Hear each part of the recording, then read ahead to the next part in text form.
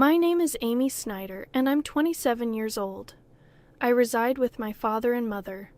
Our family has always stuck together as a trio since my early years growing up.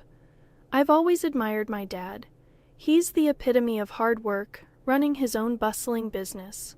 Though his schedule keeps him away from home most of the time, whenever he finds a moment, he dedicates it to me.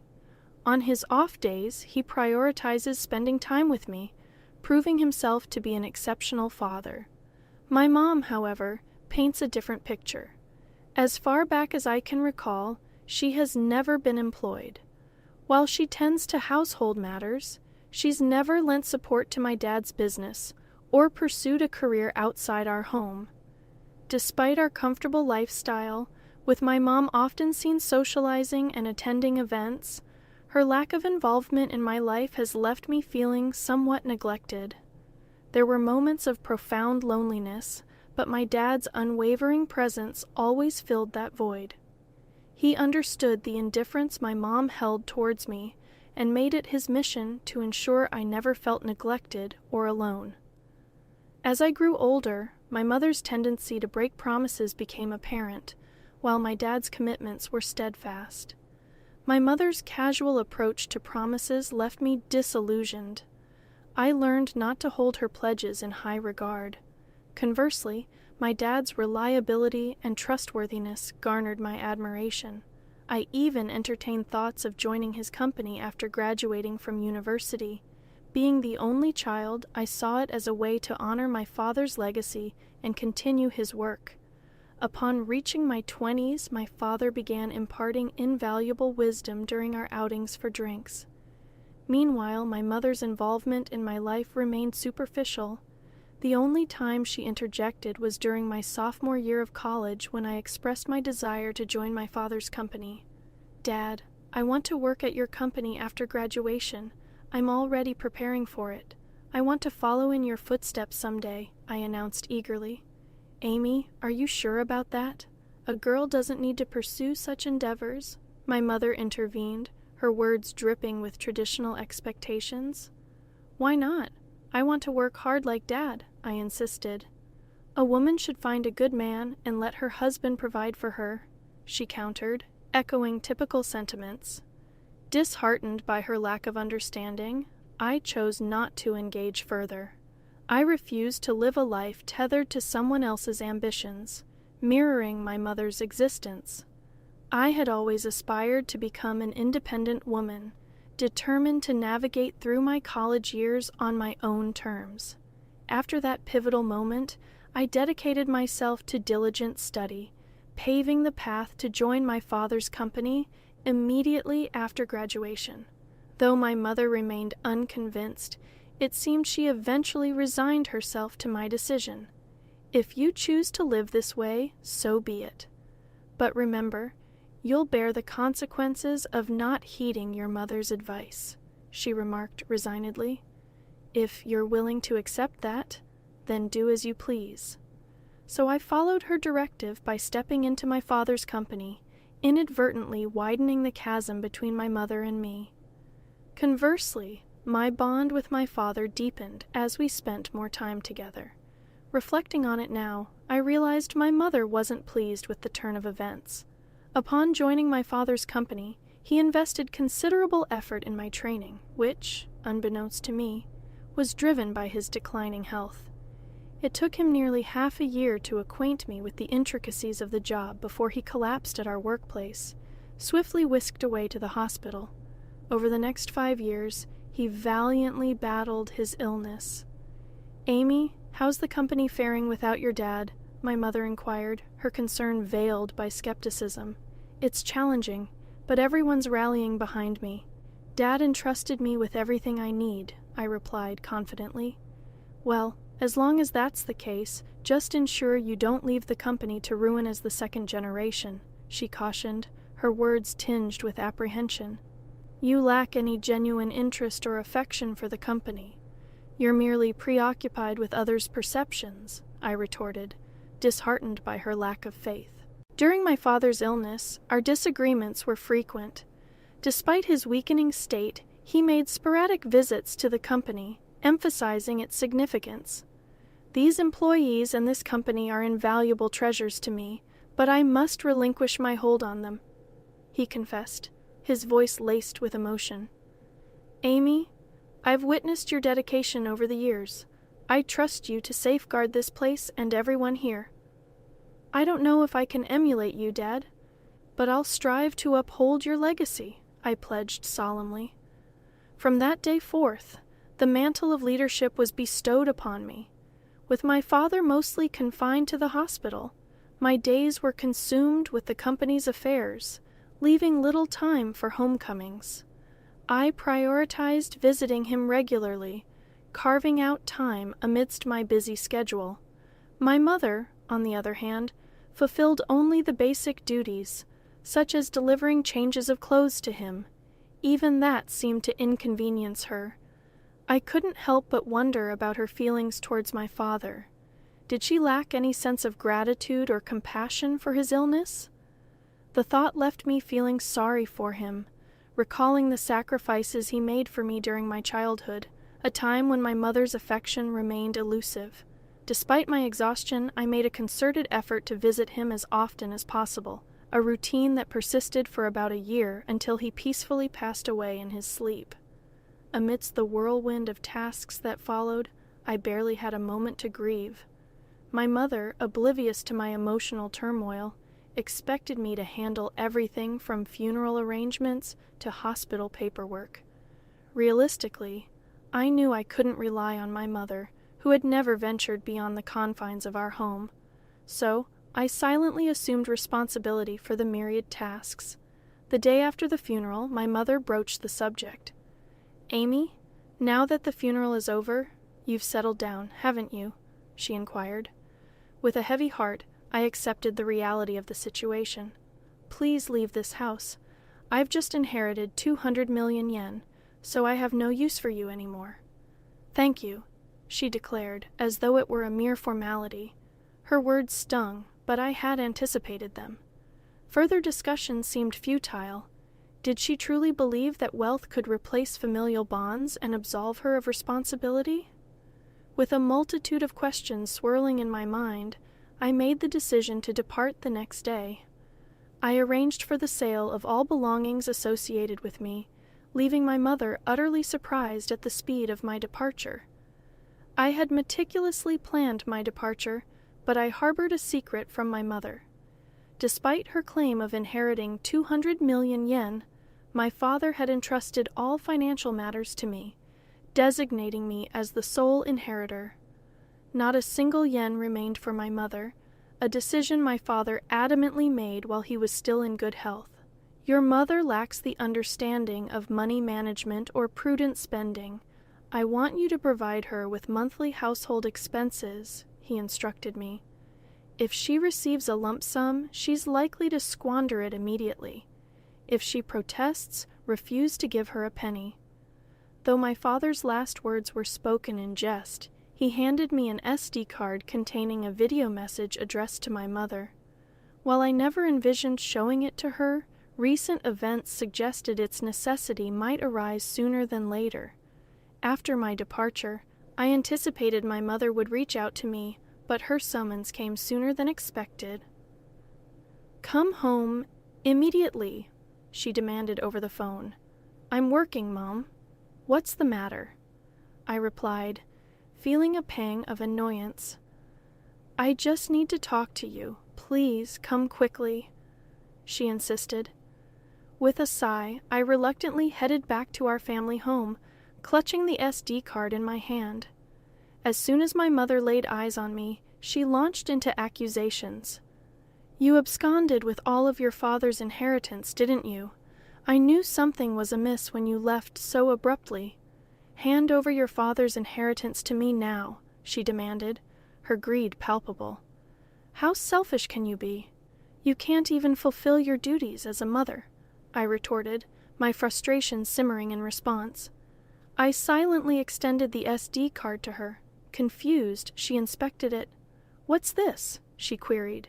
I suppose you don't even know how to watch this, I remarked, masking my disappointment.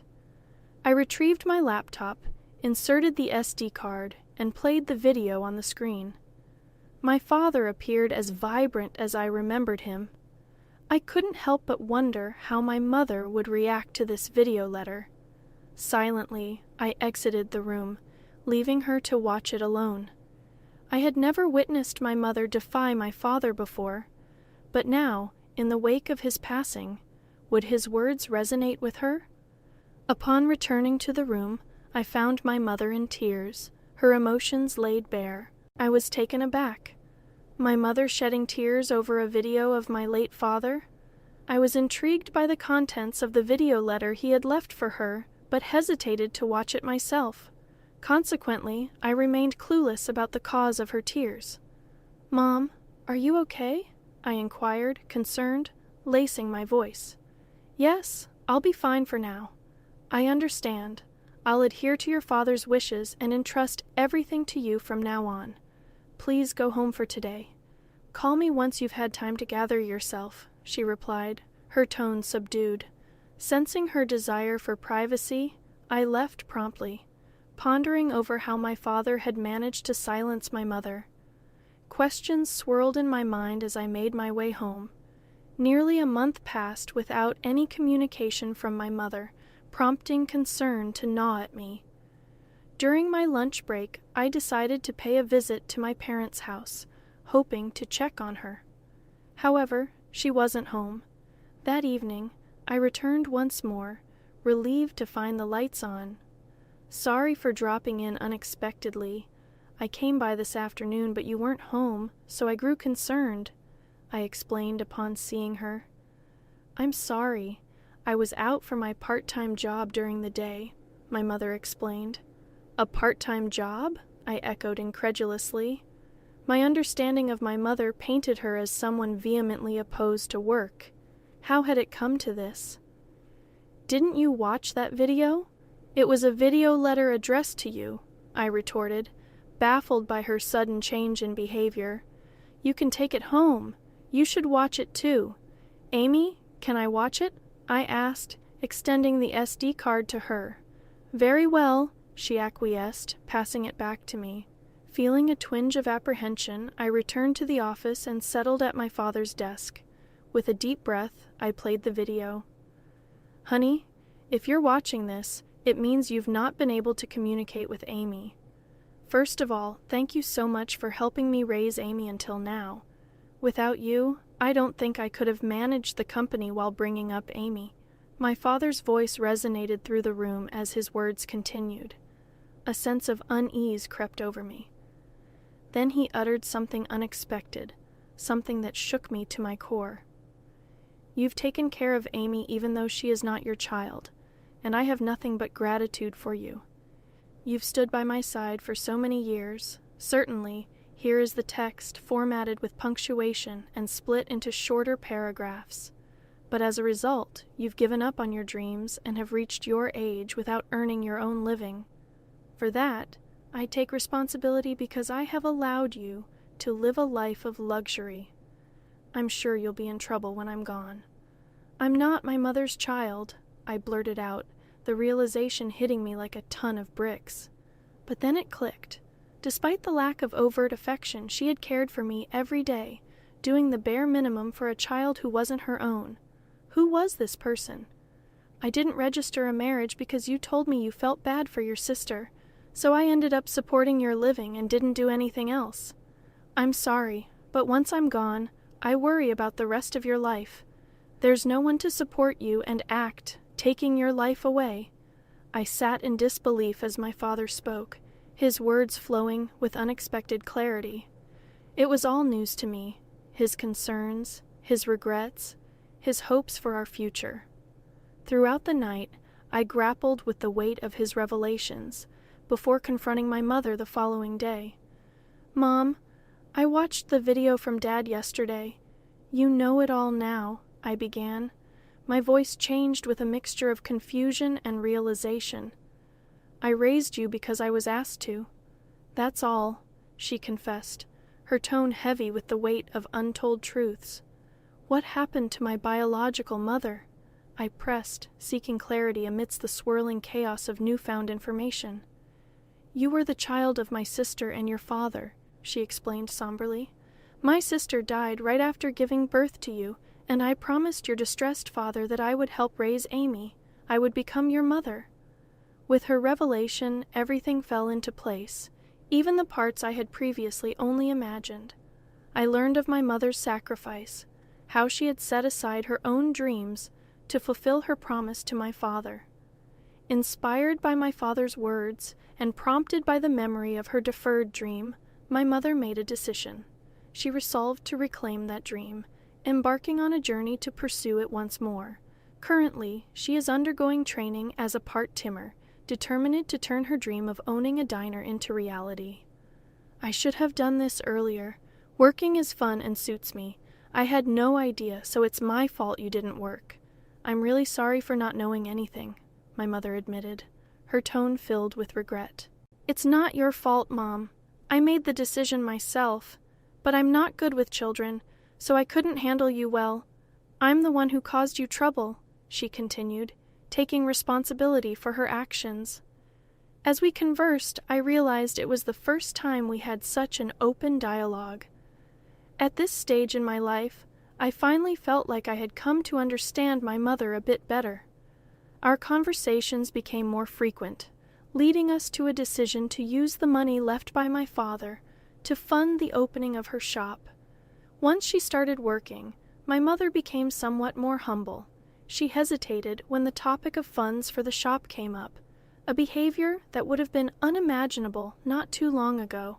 While maintaining my regular job, I also assisted with the opening of her diner, bringing me into frequent contact with my mother, fostering a newfound relationship between us.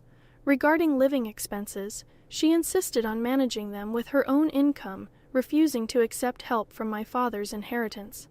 "Promise me you'll tell me if you're struggling. After all, Dad trusted me to take care of you," I urged her. "I'll be fine living on my own. It doesn't cost that much. But in terms of my diner's expenses..." She trailed off, her determination evident. "I'll be relying on you, of course. I'm looking forward to it, too." "So, do your best," my mother encouraged, her eyes filled with hope and anticipation. After many years, we finally became a real family, and now we are living harmoniously. She isn't my birth mother, and perhaps it was just the right time for me to learn this truth. "Your diner is finally going to open tomorrow. Your dream is coming true," I remarked, filled with pride as I watched her dedication. "Seeing you work so hard at that company reminded me of my own dreams when I was younger. I believe that's why I've made it this far. It's all thanks to you and your father." "Thank you so much, Mom." I expressed my gratitude, feeling a deep sense of appreciation. "Promise me to always be my mom, Amy," she implored, her voice filled with sincerity. "From now on, let's get along even better than before. After all, we only have each other," I replied, feeling a newfound sense of closeness. Upon my father's death, the truth was revealed, and I accepted the reality of our situation, deciding to live on with just my mother and me. I contemplated moving back to my hometown and living together with her again. I don't cook, so my mother is concerned about my poor diet and is supportive of me coming back, I explained, feeling touched by her care. My father would probably be surprised that we're getting along so well. His house, company, and inheritance that he left behind, I'll protect them at all costs while continuing to get along with my mother. In order to become a real family, I vowed, determined to honor my father's legacy. We visited the graves of my father and my biological mother, my mother's older sister, to give our daily life updates. After going through the process of adoption, I finally became registered as my mother's daughter, forging a bond that transcended bloodlines. My name is Mallory Winters, and I've spent the last decade of my life walking on eggshells in my own home. Today, those eggshells are about to shatter. Mallory, your father's legacy doesn't belong to you alone. Alara's voice dripped with entitlement, her eyes daring me to defy her. My mother-in-law stood in the doorway of my kitchen, her perfectly manicured nails tapping an impatient rhythm on the doorframe. I gripped the edge of the counter, willing myself to stay calm. "Alara, we've been through this. My father's estate is not up for discussion. Don't be selfish, dear, she cooed, her saccharine tone barely masking her irritation. Gideon is your husband. What's yours is his, and what's his is mine. The absurdity of her statement almost made me laugh. Almost. That's not how it works, and you know it. Mallory. Gideon's voice called from the living room. Is everything okay? I closed my eyes, silently praying for strength. Everything's fine, honey. Your mother and I are just chatting. Alara's lips curled into a triumphant smirk. Yes, Gideon, darling. We're having a lovely conversation about family loyalty. I bit my tongue, tasting blood. Family loyalty. As if Alara knew the meaning of the word. Look, I said, keeping my voice low, I understand you're concerned about Gideon's business. But my father's money was never meant to be a crutch for this family. Alara's eyes narrowed. Your father supported this household for years. Are you saying you're too good for his help now? No, I'm saying dash. The shrill ring of my cell phone cut through the tension. I glanced at the caller ID. Dad's lawyer. I need to take this, I said, brushing past Alara. Her hand shot out, gripping my arm. This conversation isn't over, Mallory. I yanked my arm free, my patience finally snapping. Yes, it is. Stepping onto the back porch, I answered the call. Hello. Mrs. Winters? This is Charles Blackwood, your father's attorney. I'm calling about Raymond's will. My heart clenched. It had been 3 months since Dad's passing, and the wound still felt fresh. Yes, Mr. Blackwood. What can I do for you? There's been a development. Your father left some unexpected instructions. I think it's best if we meet in person to discuss the details. I frowned, confusion and curiosity warring within me. Of course. When? Tomorrow afternoon, if possible. My office, 2 p.m. I'll be there. I promised, my mind racing. As I ended the call, I turned to find Gideon standing in the doorway, his brow furrowed with concern. Everything okay, Mal? You look pale. I forced a smile, guilt gnawing at me for the relief I felt at his presence. Just some stuff about Dad's will. Nothing to worry about. He nodded, clearly unconvinced but unwilling to push. Mom's asking about dinner plans. Should I tell her we're eating out? The thought of spending an entire meal with Alara made my stomach churn. Actually, I'm not feeling great. Why don't you two go ahead without me? Gideon's face fell, and I hated myself a little for the lie. But I needed space, time to think. If you're sure, he said, leaning in to kiss my cheek. Feel better, okay? As he turned to leave, I caught a whiff of unfamiliar perfume on his collar. My heart sank, another piece of my world threatening to crumble. I watched him go, the weight of unspoken words and mounting secrets pressing down on me. Tomorrow's meeting with the lawyer loomed large in my mind, a beacon of what? Hope? Change? One thing was certain. Something had to give. And soon. The law office of Blackwood and Associates felt cold and impersonal, much like the news I was about to receive. I smoothed my skirt, trying to quell the nervous energy coursing through me. Mrs. Winters. Charles Blackwood greeted me, his tone somber. Please have a seat. I perched on the edge of the leather chair, my hands clasped tightly in my lap. Mr. Blackwood, what's this about? Has something changed with my father's will? He cleared his throat, shuffling papers on his desk. Your father, Raymond, was a complex man, Mrs. Winters. He had unconventional ideas about legacy. My heart raced. What do you mean? Your father has left you a substantial inheritance, he said, sliding a document across the desk, including a sum of $5 million and the deed to his historic family home on Maple Street. I stared at the paper, my vision blurring. $5 million? The house? But why? Blackwood's eyes softened. Raymond was proud of you, Mallory. He wanted to ensure your independence and happiness. A lump formed in my throat. Dad had always been my silent supporter. But this was beyond anything I'd imagined. There's more, Blackwood continued. The inheritance comes with a condition. The money and property are to be used at your sole discretion. No one else can make decisions regarding these assets. The implication hit me like a tidal wave. Dad had known. He'd seen the dynamics in my marriage, the constant pressure from Alara. This was his way of giving me an out. "Thank you," I managed to whisper, gathering the papers with trembling hands. As I left the office, my phone buzzed incessantly. "Alara." "Of course." I answered, bracing myself. "Hello." "Well," Alara's voice crackled through the speaker. "What did the lawyer say? How much did Raymond leave us?" The old me would have stumbled, made excuses. But something had shifted.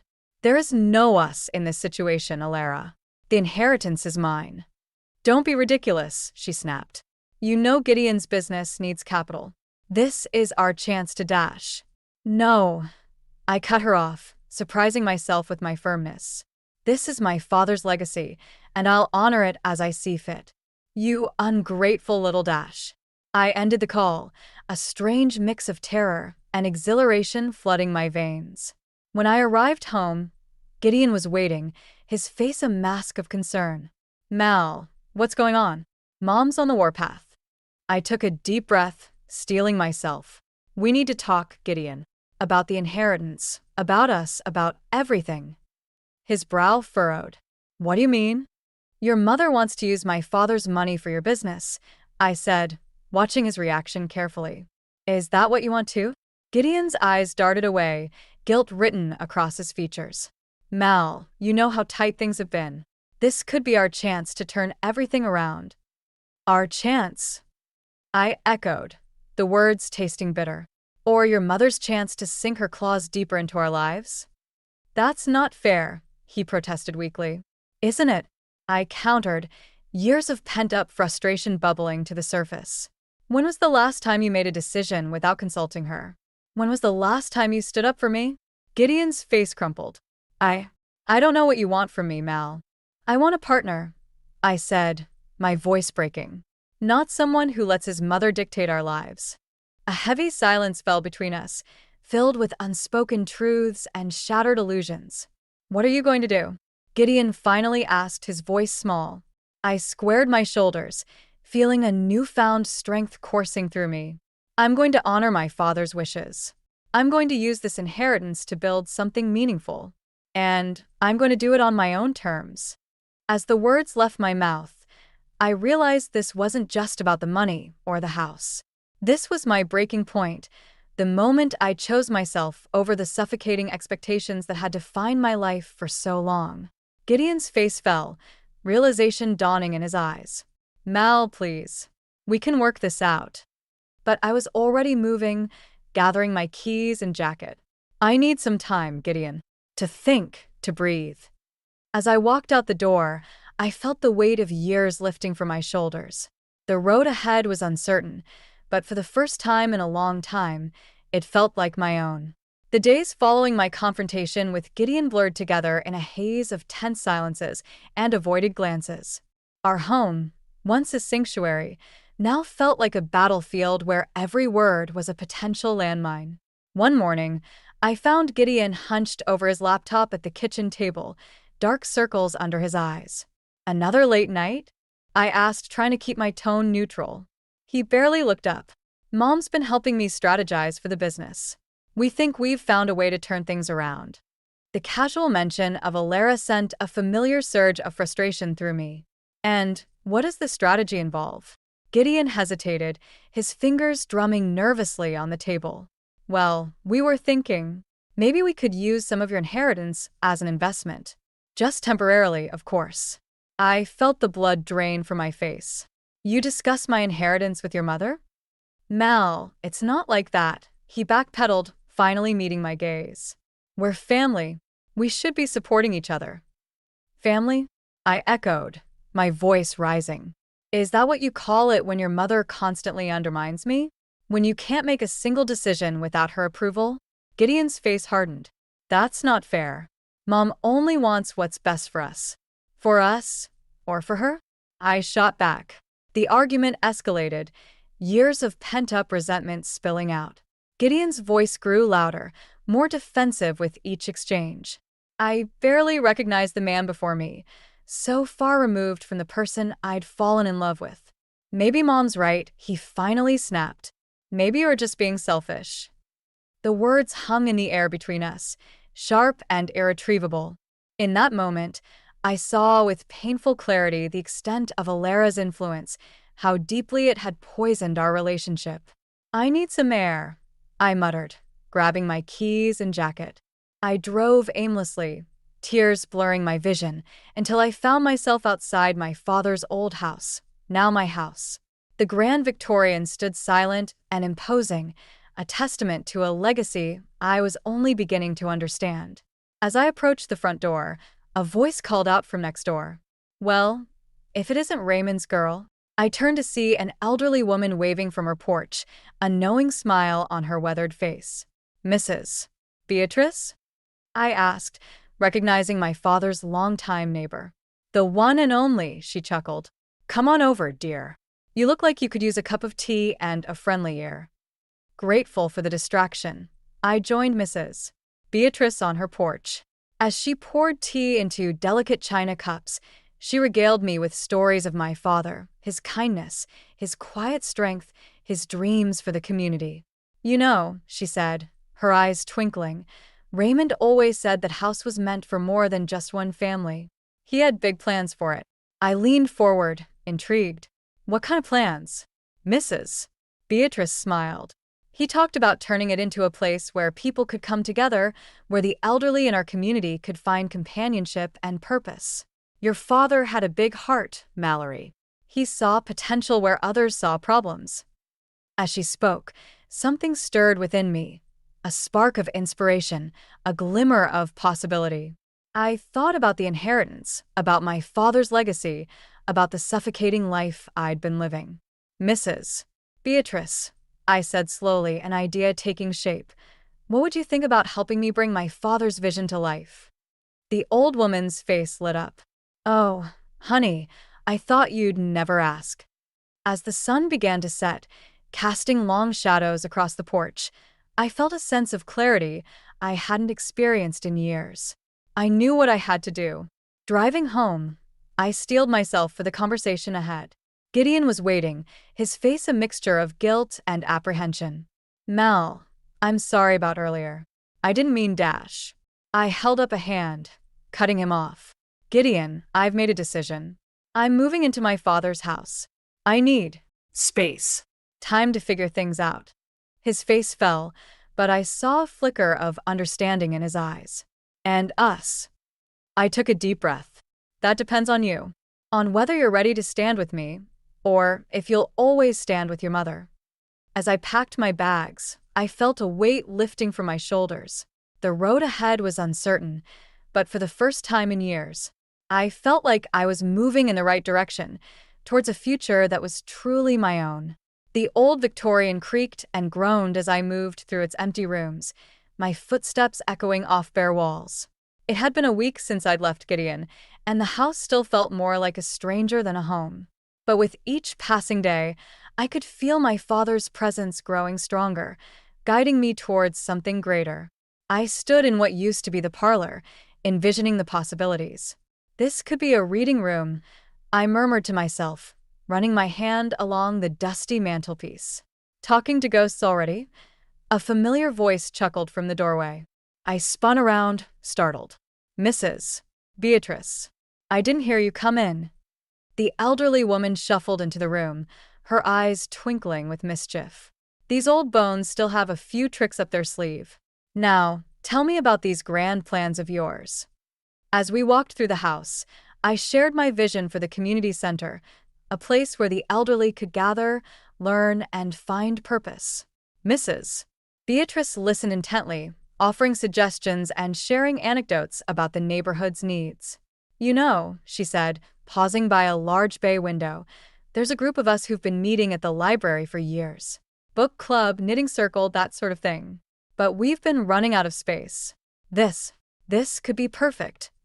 Her enthusiasm was contagious, and for the first time since moving in, I felt a surge of excitement. "Mrs. Beatrice, would you help me get the word out? I want to invite the community to be part of this from the ground up." She patted my hand, her grip surprisingly strong. "Oh, honey, just you wait. We'll have this place bustling in no time. As Mrs. Beatrice left, promising to spread the word, I felt a renewed sense of purpose. This wasn't just about escaping Alara's influence or finding my own path. It was about honoring my father's legacy and making a real difference.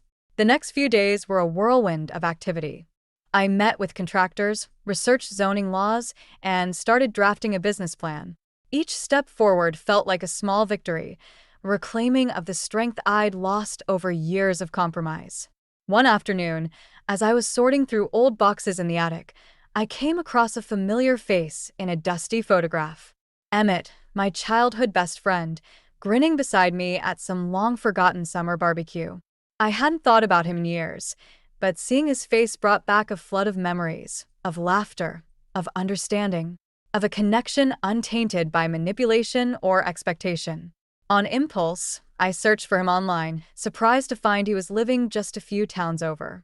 Before I could talk myself out of it, I sent him a message, explaining my situation and inviting him to see the house. To my shock, he replied almost immediately, "Mal, it's been too long. I'd love to catch up and see what you're up to. How's tomorrow?" As I confirmed the plans, a mix of nervousness and anticipation bubbled in my chest. It felt like a lifeline to a simpler time, a reminder of who I used to be before Alara's influence had worn me down. The next day, as I waited for Emmett to arrive, my phone buzzed with a text from Gideon. "We need to talk. Mom's been asking questions about the inheritance. Please call me." I stared at the screen, feeling the familiar weight of obligations settling over me. But before I could respond, the doorbell rang.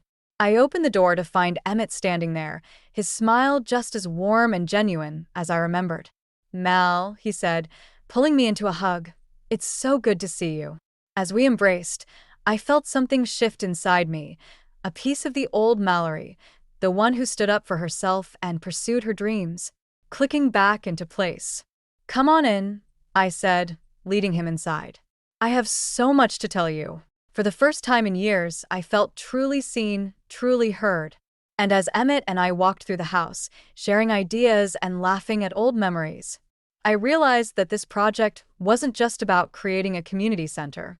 It was about rebuilding myself, one room at a time. The community center project was gaining momentum, breathing new life into the old Victorian and into me.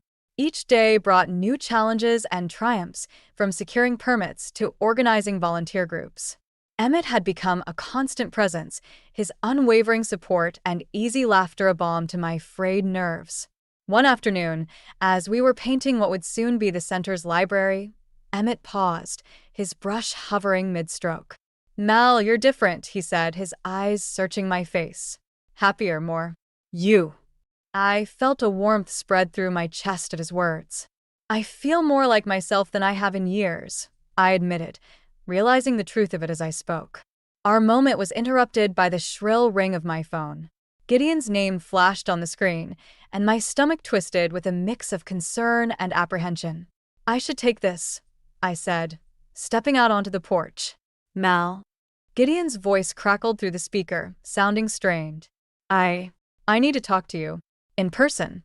It's important." Despite my reservations, I agreed to meet him at a nearby cafe. As I hung up, I caught Emmett watching me, his expression unreadable. "Everything okay?" he asked, his tone carefully neutral. I nodded, forcing a smile. "Just unfinished business. I won't be long." The cafe was bustling when I arrived, but Gideon was easy to spot, hunched over a table in the corner. As I approached, I was struck by how haggard he looked, his usual polished appearance replaced by rumpled clothes and dark circles under his eyes. "Mal," he said, relief evident in his voice. "Thank you for coming." I slid into the seat across from him, keeping my tone even. "What's going on, Gideon?" He ran a hand through his disheveled hair, his eyes darting nervously. "It's the business. Everything's fallen apart. The investors pulled out, and the bank's calling in our loans. I don't know what to do." A familiar pang of sympathy tugged at my heart, but it was quickly overshadowed by a surge of anger. "And let me guess, your mother suggested you come to me for help?" Gideon's flinch was all the confirmation I needed. She means well, Mal. She's just trying to protect our future. Our future, I echoed, incredulity coloring my voice. Gideon, we've been living separate lives for months. You chose your mother over me at every turn. And now that things have gone south, you expect me to bail you out? His face crumpled, a mix of shame and desperation. I know I've made mistakes, but Mal, we built this life together. Doesn't that count for something? For a moment, I was tempted. The old Mallory, the one who bent over backwards to keep the peace, whispered that I should help him. But as I looked at Gideon, really looked at him, I saw the years of compromise, of putting my own dreams on hold for his ambitions and his mother's machinations. I'm sorry, Gideon, I said, my voice soft but firm. But I can't be your safety net anymore. I have my own life to build now. His expression hardened, a flash of his mother's manipulative nature shining through. So that's it? You're just going to abandon me? After everything we've been through? I stood, gathering my resolve. I'm not abandoning you, Gideon. I'm choosing myself. Maybe it's time you did the same. As I walked away, I felt a weight lifting from my shoulders. It was a bittersweet victory, tinged with the ache of what could have been. But with each step, I felt stronger, more certain of my path. When I returned to the Victorian, Emmett was waiting on the porch, concern etched on his face. How'd it go? He asked gently. I took a deep breath, feeling the last vestiges of my old life falling away. It went exactly as it needed to, I said, surprising myself with the steadiness in my voice. Emmett nodded, understanding in his eyes. What do you need? I looked at the half-painted walls, the piles of donated books waiting to be shelved, the plans for a garden that would bring color and life to the community. I need to finish what I started, I said, a newfound determination coursing through me. As we walked back into the house, I felt a shift, not just in my relationship with Gideon, but in my relationship with myself. For the first time in years, I was standing on my own 2 feet, ready to face whatever challenges lay ahead. The community center was no longer just a project. It was a testament to my resilience, a symbol of the woman I was becoming. And as I picked up my paintbrush, I knew that this was only the beginning. The grand opening of the community center was just days away, and the old Victorian buzzed with activity. Volunteers scurried about, hanging curtains and arranging furniture, while Mrs. Beatrice directed operations like a seasoned general. I stood in the midst of it all, a surge of pride warming my chest. Mallory, dear. Mrs. Beatrice called, waving me over. The local paper wants to do a feature on the center. Isn't that wonderful? I nodded, excitement mingling with a twinge of apprehension. Publicity meant exposure, and exposure meant my phone buzzed, as if on cue. An unknown number. Hello. I answered cautiously. Is this Mallory Winters? A gruff voice asked. I'm calling from the city planning office. We've received some concerning reports about your property. My stomach dropped. Concerning reports? What kind of reports? Zoning violations, safety hazards. We'll need to conduct an immediate inspection before you can open to the public. As the caller rattled off a list of alleged infractions, my mind raced. None of this made sense. We'd meticulously followed every regulation, obtained every permit. Unless, I understand, I said, forcing calm into my voice.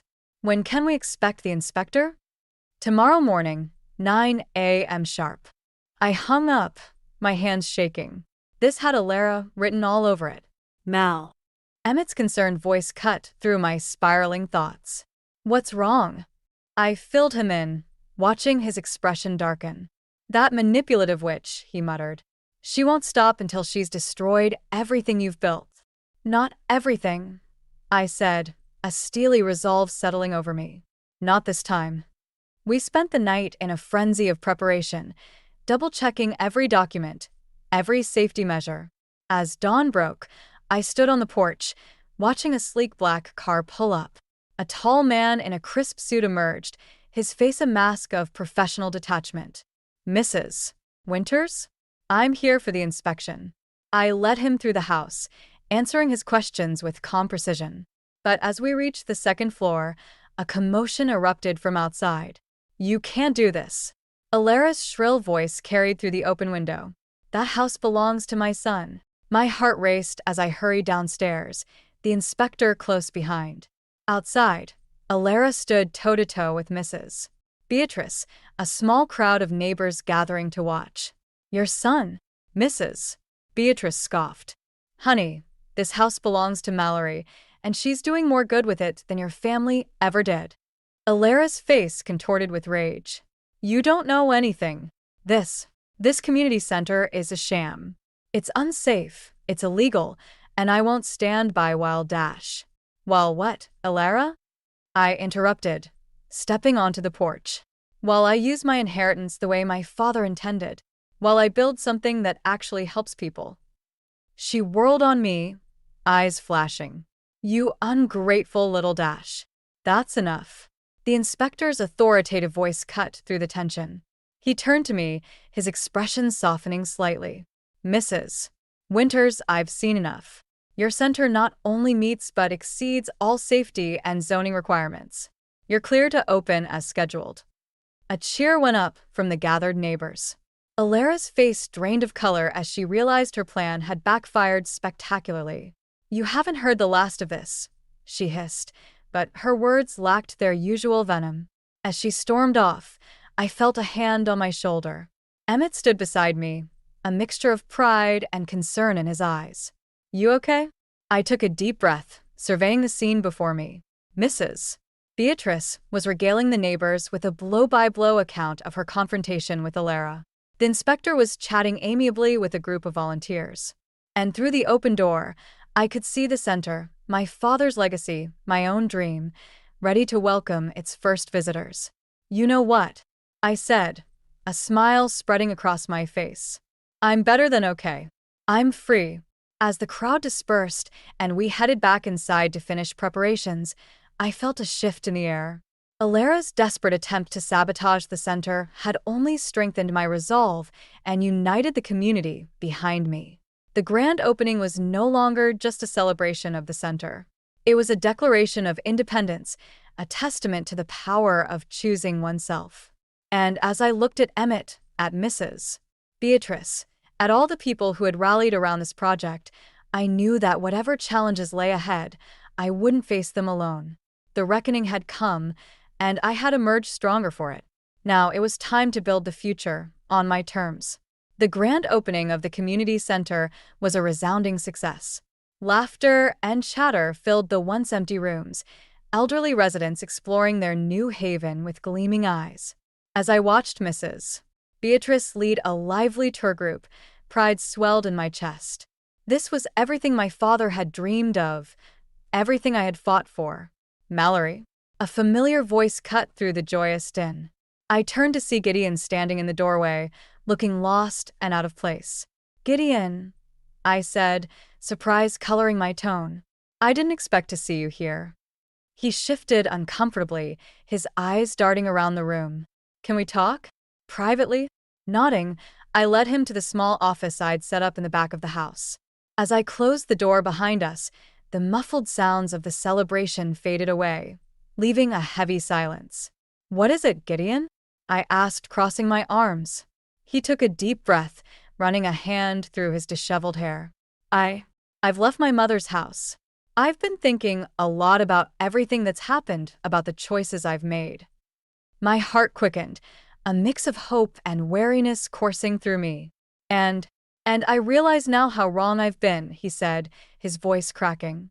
"How I let my mother control me, control us." "I'm so sorry, Mal." "For everything." Before I could respond, the door burst open. Alara stormed in, her face contorted with rage. "There you are," she spat at Gideon. "How dare you abandon me like this? After everything I've done for you?" Gideon flinched, but stood his ground. "Mother, please. This has to stop. You can't keep manipulating us like this." Alara's eyes narrowed, her gaze shifting between Gideon and me. "Us? There is no us anymore. She left you, remember? She chose this ridiculous project over her own family." "No, Mother," Gideon said, his voice growing stronger. You drove her away. You've been driving everyone away for years with your schemes and your control. I watched in stunned silence as Gideon, for the first time in our marriage, stood up to his mother. Alara's face paled, her carefully constructed facade crumbling. "How can you say that?" she whispered, her voice trembling. "Everything I've done for you." "No," Gideon countered, shaking his head. "You did it for yourself. To keep me dependent on you, to keep Mallory under your thumb. But it ends now." Alara's eyes flashed dangerously. "You ungrateful child. I gave you everything." "You gave me nothing but fear and insecurity," Gideon shot back. "Mallory showed me what real love and support look like. She built this place, helped all these people, while you were busy tearing everything down." As mother and son faced off, years of resentment and manipulation bubbling to the surface, I felt a strange sense of calm wash over me. This was the confrontation we'd been hurtling towards for years, the moment of truth that would define our futures. "Enough," I said quietly, but with enough force to silence them both. They turned to me, as if suddenly remembering I was there. "Alara, you're not welcome here. Not after everything you've done to sabotage this place, to sabotage me." Alara's mouth opened and closed, but for once, she seemed at a loss for words. "And Gideon," I continued, meeting his gaze, "I appreciate your apology, and I'm proud of you for standing up to your mother. But it doesn't erase the years of hurt and neglect." His face fell, but he nodded in understanding. "I know. I don't expect you to forgive me overnight. I want a chance to make things right, to support you the way I should have all along." I took a deep breath, weighing my words carefully. "I can't promise anything, Gideon, but I'm willing to try, on my terms." As Alara stormed out, muttering threats and curses, Gideon and I shared a look of cautious hope. The air felt lighter somehow, as if a poisonous fog had finally lifted. Outside the office, the sounds of laughter and conversation reminded me of the new life I'd built, the community I'd fostered. Whatever happened with Gideon, whatever challenges lay ahead, I knew I had the strength to face them. For the first time in years, the future felt wide open, full of possibility. And I was ready to embrace it on my own terms. 6 months had passed since the confrontation with Alara, and the community center had blossomed beyond my wildest dreams. The once empty rooms now buzzed with activity, art classes, book clubs, and lively discussions filling every corner of the old Victorian. As I walked through the garden, where residents tended to raised beds bursting with vegetables and flowers, I caught sight of Mrs. Beatrice leading a Tai Chi class on the lawn. Her movements were slow but graceful, a far cry from the frail woman I'd first met. "Looking good, Mrs. B," I called out, earning a wink and a wave from the spirited octogenarian. "All thanks to you, dear," she replied, not missing a beat in her routine. "This place has given us all a new lease on life." I smiled, warmth spreading through my chest. This was my father's legacy, realized in ways I never could have imagined. As I made my way back inside, I spotted Gideon chatting with a group of veterans in the common room. Over the past months, he'd become a regular volunteer, slowly rebuilding trust and finding his own place in this community we'd created. Our relationship was different now, no longer husband and wife, but partners in a shared vision. It wasn't always easy, but it was honest in a way it had never been before. "My." Emmett's voice pulled me from my thoughts. He jogged up, a mischievous glint in his eye. "You'll never guess who just called." "Who?" "The mayor's office. They want to use our center as a model for a citywide program. They're talking about funding, expansion, the works." I gasped, my mind reeling with the possibilities. "Emmett, that's incredible. We could help so many more people, create a real change in the community." He grinned, pulling me into a tight hug. "We already have, Mal. You already have." As we broke apart, I caught the softness in his gaze, the unspoken something that had been growing between us. It was new and fragile, but filled with promise, much like the life I'd built for myself. Later that evening, as the sun dipped low on the horizon, I found myself alone in my father's old study. The room had become my sanctuary, a place to reflect and recharge. I ran my fingers along the spines of his books, pausing at a worn copy of his favorite poem. As I pulled it from the shelf, a folded piece of paper fluttered to the floor. With trembling hands, I unfolded it, recognizing my father's handwriting immediately. My dearest Mallory, if you're reading this, it means you've found your way back to yourself. I always knew you had the strength to break free from the chains that bound you, whether they were of your own making or placed upon you by others. This house, this legacy, was never meant to be a burden. It was a gift, a chance for you to discover your own power and purpose. I see now that you've done just that, in ways more beautiful than I could have imagined. Remember, my darling girl, that true strength lies not in standing alone, but in lifting others up alongside you. You've created a community, a family bound not by blood, but by shared dreams and compassion. I am so proud of you, Mallory. Not for what you've built, but for who you've become. All my love, Dad. Tears streamed down my face as I clutched the letter to my chest. In that moment, I felt my father's presence more strongly than I had since his passing. A soft knock at the door pulled me back to the present. Emmett stood in the doorway, concern etched on his face. "Everything okay?" I nodded, wiping my eyes and managing a watery smile. "Better than okay. I finally understand what all of this was meant to be." As I shared the letter with Emmett, his arm wrapped comfortingly around my shoulders, I felt a profound sense of peace settle over me. The journey had been long and often painful, but it had led me exactly where I needed to be. Outside, the sounds of laughter and conversation drifted up from the garden, where residents and volunteers were gathering for the weekly community dinner. My community. My family. "Shall we?" Emmett asked, offering his hand. I took it, feeling the warmth of his palm against mine. "Let's go home," I said, realizing that for the first time in my life, I truly understood what that word meant.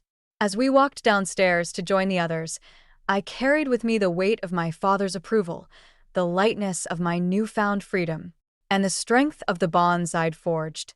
Whatever challenges lay ahead, I was ready to face them, not as the woman I once was, but as the woman I'd become. A woman who had learned to stand on her own, to lift others up, and to create a legacy of love and compassion that would ripple out far beyond the walls of this old Victorian house.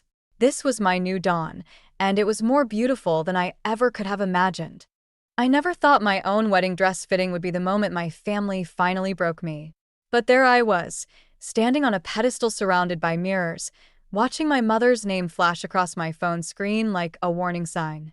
My name is Marlo, Marley to anyone who actually likes me, and I should have known better than to answer that call. "Darling, we need to discuss your engagement party," my mother said, her voice carrying that sugary sweetness that always preceded bad news. "There's been a slight development." I caught my reflection wincing as the seamstress pinned another section of ivory lace. "Mom, everything's already arranged. The venue's booked, deposits are paid." "Yes, well, your sister just got the most wonderful news. She's being considered for junior partner at her firm, and we simply must celebrate properly." The seamstress accidentally pricked my hip with a pin, but I barely felt it. "What exactly are you saying?" "The 23rd would be perfect for Delilah's celebration. I've already started calling people." "That's my engagement party date," I said, my voice hollow. "You know that's my engagement party date." "Darling, be reasonable. This is a once-in-a-lifetime opportunity for your sister. You can reschedule your little party for another weekend." The seamstress had stopped working, pretending to adjust something at the hem while obviously listening. I didn't blame her. This was probably better than her usual entertainment. "Mom, Jonah's family is flying in from Seattle. We've had this plan for months." "Well, they can change their flights, can't they? Delilah really needs this, sweetheart. You know how sensitive she is about her achievements." I closed my eyes, remembering all the times I'd stepped aside for Delilah's needs. My 16th birthday party, downgraded to a family dinner because Delilah had a dance recital. My college graduation celebration, shortened because Delilah was having relationship troubles and needed the family's attention. No, I said quietly. I beg your pardon? I said no. I'm not rescheduling. The silence on the other end was deafening. When my mother spoke again, her voice had lost all its sweetness. Marlo Grant, you are being incredibly selfish. Your sister has had every other moment of my life. She can't have this one. I cannot believe you're being so difficult about this. After everything we've done for you. Everything you've done for me? I laughed, and it sounded slightly unhinged even to my own ears. Name one thing, Mom. One thing you've done for me that didn't somehow end up being about Delilah. I will not stand here and be attacked by my own daughter. When you've calmed down and are ready to be reasonable, you can call me back. The line went dead. I stood there, still in my half-pinned wedding dress, feeling like I was 13 again, small, insignificant, and always wrong. Do you need a minute, honey? The seamstress asked gently. Before I could answer, the fitting room door opened and Jonah walked in, his eyes immediately finding mine in the mirror. One look at my face, and he knew something was wrong. Marley, what happened? I opened my mouth to tell him it was nothing, that I was fine, but what came out instead was a sob. He was across the room in 3 strides, careful not to step on the dress as he took my hand. Your mom? He asked quietly. I nodded, tears falling freely now. She wants me to cancel our engagement party. For Delilah. Again. His jaw tightened, but his thumb kept drawing gentle circles on my palm. What do you want to do? And that was the difference, wasn't it? In all the years of giving way to Delilah's needs, no one had ever asked what I wanted. But Jonah always did. I squeezed his hand, looking at our reflection in the mirror. Me in my wedding dress, him in his worn jeans and favorite blue sweater. Both of us a little battle-worn, but standing together. I want to have our engagement party, I said firmly. And I want to stop letting them make me feel guilty for existing. He smiled, but his eyes were serious. Then that's what we'll do. Together. I nodded, already knowing this wasn't over. My phone buzzed again, probably my mother rallying reinforcements. But for the first time in my life, I didn't feel the need to answer. The Sunday family dinner tradition felt like walking into a minefield. 3 days had passed since my mother's phone call, and now I sat at my parents' dining table, watching Delilah beam as she detailed her potential promotion to an attentive audience. Of course, nothing's official yet, she said, batting her eyes modestly. But Richard, that's the senior partner. He practically guaranteed it.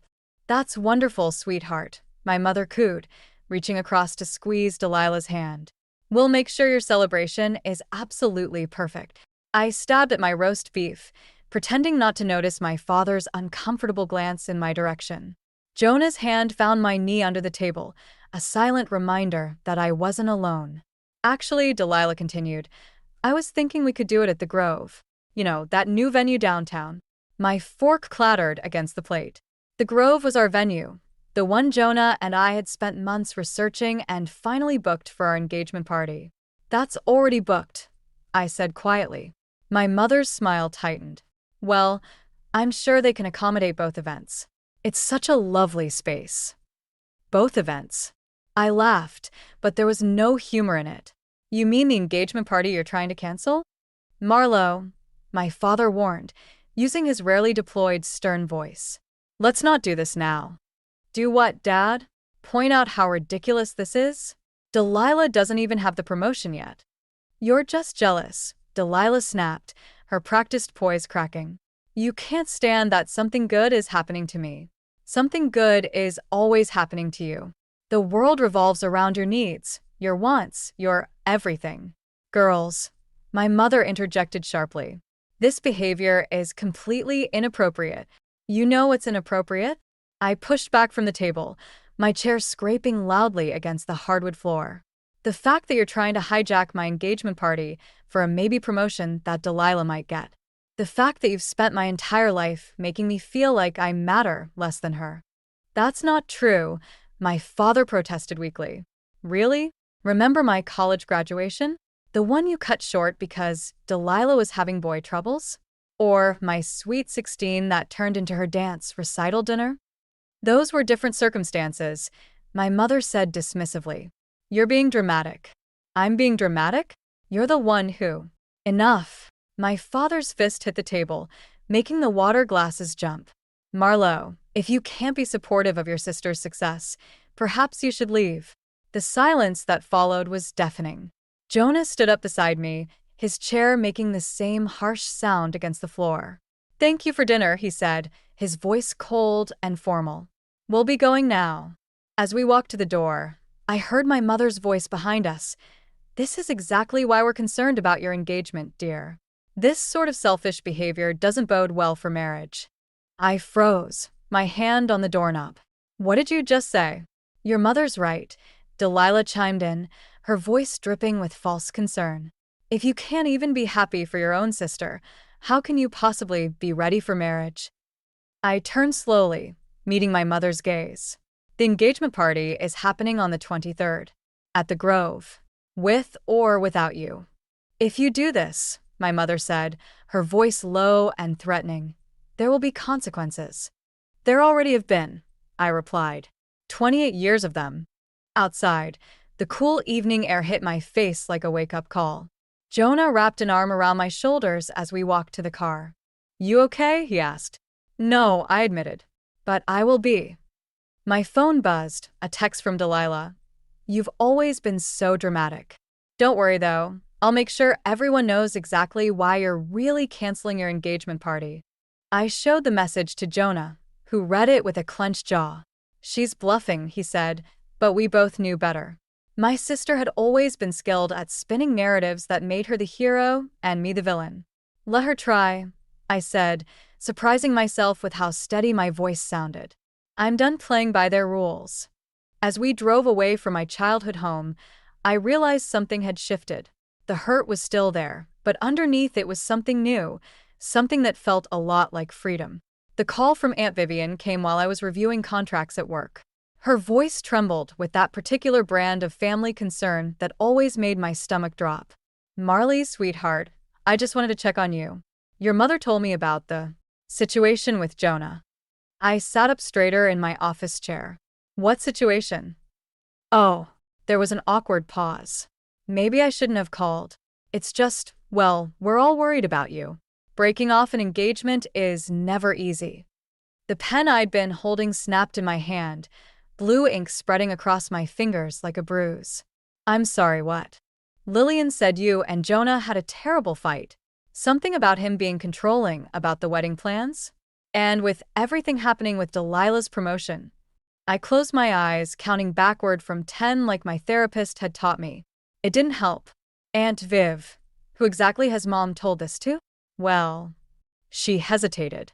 It came up at Bridge Club yesterday. And I believe she mentioned it at Uncle Robert's birthday dinner last weekend. And of course, she had to explain why she was canceling the engagement party reservations. She what? The words came out as a whisper, but they felt like they were being ripped from my throat. Oh dear, I've upset you. I just thought, well, your mother seemed so certain. My phone buzzed with another incoming call, Nolan's face flashing on the screen. Aunt Viv, I have to go. But nothing Mom told you is true. Nothing. I switched calls, my hands shaking. Nolan now isn't. Check your email, he cut in. Right now. I pulled up my inbox, finding his message at the top. It contained a forwarded invitation to Delilah's promotion celebration at the Grove. On the 23rd. My date. Keep reading, Nolan said grimly. The invitation mentioned a special announcement from the guest of honor. At the bottom was a personal note from my mother. We're so pleased to be able to use this beautiful venue now that it's available. Sometimes disappointments lead to better opportunities. I'm going to be sick, I muttered. Want me to kill them? I know people. Well, I know people who've watched crime documentaries. A notification popped up on my screen, another email, this time from my cousin Sarah. So sorry to hear about you and Jonah. Mom said Aunt Lillian is devastated. Then another. Thinking of you during this difficult time. And another. If you need someone to talk to about the breakup. My phone buzzed again, a text from Delilah. Sorry, everyone's finding out about your relationship problems, sis. But maybe this is for the best. You've always rushed into things without thinking them through. I stood up so quickly my chair rolled back and hit the wall. Nolan, I have to go. Where are you going? To fix this. I grabbed my purse and headed for the elevator, ignoring the concerned looks from my coworkers. In the parking garage, I called Jonah. Hey, beautiful. How's your? My mother is telling everyone we broke up. A pause. What? She's telling the whole family are controlling, and we had a huge fight, and that's why she's canceling our engagement party. Which, by the way, she's already done, so she can throw Delilah a promotion party instead. The sound of his slow, controlled breathing told me he was as angry as I was. What do you need me to do? Meet me at the Grove in 20 minutes. Bring our contract and deposit receipts. On my way. As I drove, my phone kept buzzing with messages of sympathy and concern. Each one felt like another nail in the coffin of my relationship with my family. But underneath the hurt was something else, something harder and colder that had been building since that day in the bridal shop.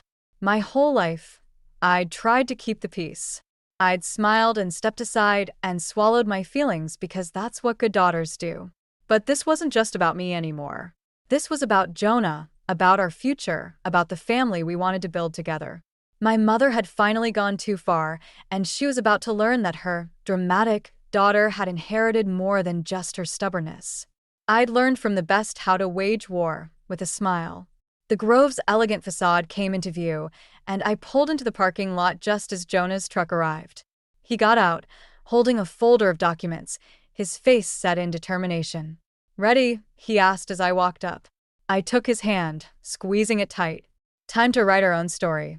I hadn't planned on going to Aunt Vivian's weekly bridge club, but after 3 days of damage control, I needed answers. The familiar scent of her lemon squares and coffee hit me as I slipped in through the side door of her Victorian home, voices drifting from the sunroom. Such a shame about Marlowe, someone was saying. Lillian says the boy has quite a temper. Well, you know how she's always been. Another voice chimed in, Mrs. Peterson, my mother's oldest friend. So desperate for attention. Remember that scene she made at Delilah's graduation? I pressed my back against the wall, my heart pounding. The scene they were referring to was me having an asthma attack during the outdoor ceremony. Lillian's beside herself, Aunt Vivian added, her voice carrying that familiar note of concern. Says Marlowe's been acting erratically ever since Delilah's promotion news. Threatening to go ahead with the engagement party even though the relationship is clearly over. The betrayal hit like a physical blow. Aunt Vivian had always been my safe harbor in family storms. Now she was not just believing my mother's lies, but spreading them. Did you hear what she did at the Grove? Mrs. Peterson asked, lowering her voice conspiratorially. Showed up with that poor boy, making a scene about contracts and deposits. Delilah was there planning her celebration and had to witness the whole thing. My hands clenched into fists. I'd gone to the Grove to protect our venue booking, which we'd managed to do, thanks to our ironclad contract. Delilah hadn't been there at all. Speaking of Delilah, someone else added, I hear she's bringing someone special to her promotion party. That handsome senior partner she's been seeing. I stepped into the doorway, unable to stay hidden any longer. The room fell silent, 5 pairs of eyes turning to me in shock. Marley, Aunt Vivian stammered, rising from her chair. We weren't expecting. Clearly not, I said, my voice steadier than I felt. You were too busy discussing my failed relationship and unstable behavior. Mrs. Peterson had the grace to look embarrassed, but quickly recovered. Dear, we're just concerned. No, I cut her off. You're just enjoying the show. Let me add to it. I pulled out my phone, scrolling to the photo gallery. Here's Jonah and me yesterday, having dinner with his parents who flew in early for our engagement party. Here's the contract for the Grove, which we still hold. And here's the truth. My mother is lying to all of you because she can't stand that for once. Something isn't about Delilah. Marlowe, Aunt Vivian started, reaching for me. Your mother would never. She already has.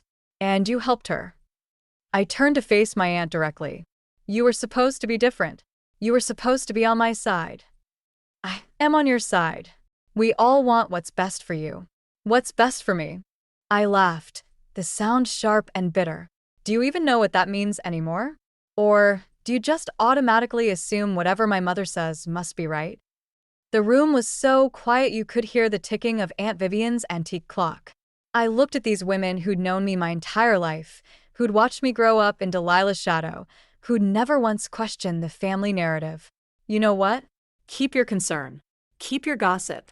Keep believing whatever stories make you feel better about watching a mother systematically tear down one daughter to prop up another. I'm done trying to prove my worth to any of you. As I turned to leave, Mrs. Peterson called out, "Marlo, wait. Perhaps we've been hasty. Save it for Bridge Club next week," I said without turning around. "I'm sure you'll all have plenty to discuss." In my car, I sat gripping the steering wheel until my knuckles turned white. My phone buzzed, a text from Delilah. "Heard you made quite a scene at Aunt Viv's. Again. Don't worry, I'll make sure everyone knows you're just stressed about the wedding. You know, the one that's actually happening." The message confirmed what I'd suspected. Delilah had orchestrated this whole thing, feeding information to our mother, who then spread it through her social network like poison. I started the car, a strange calm settling over me. They wanted drama? Fine.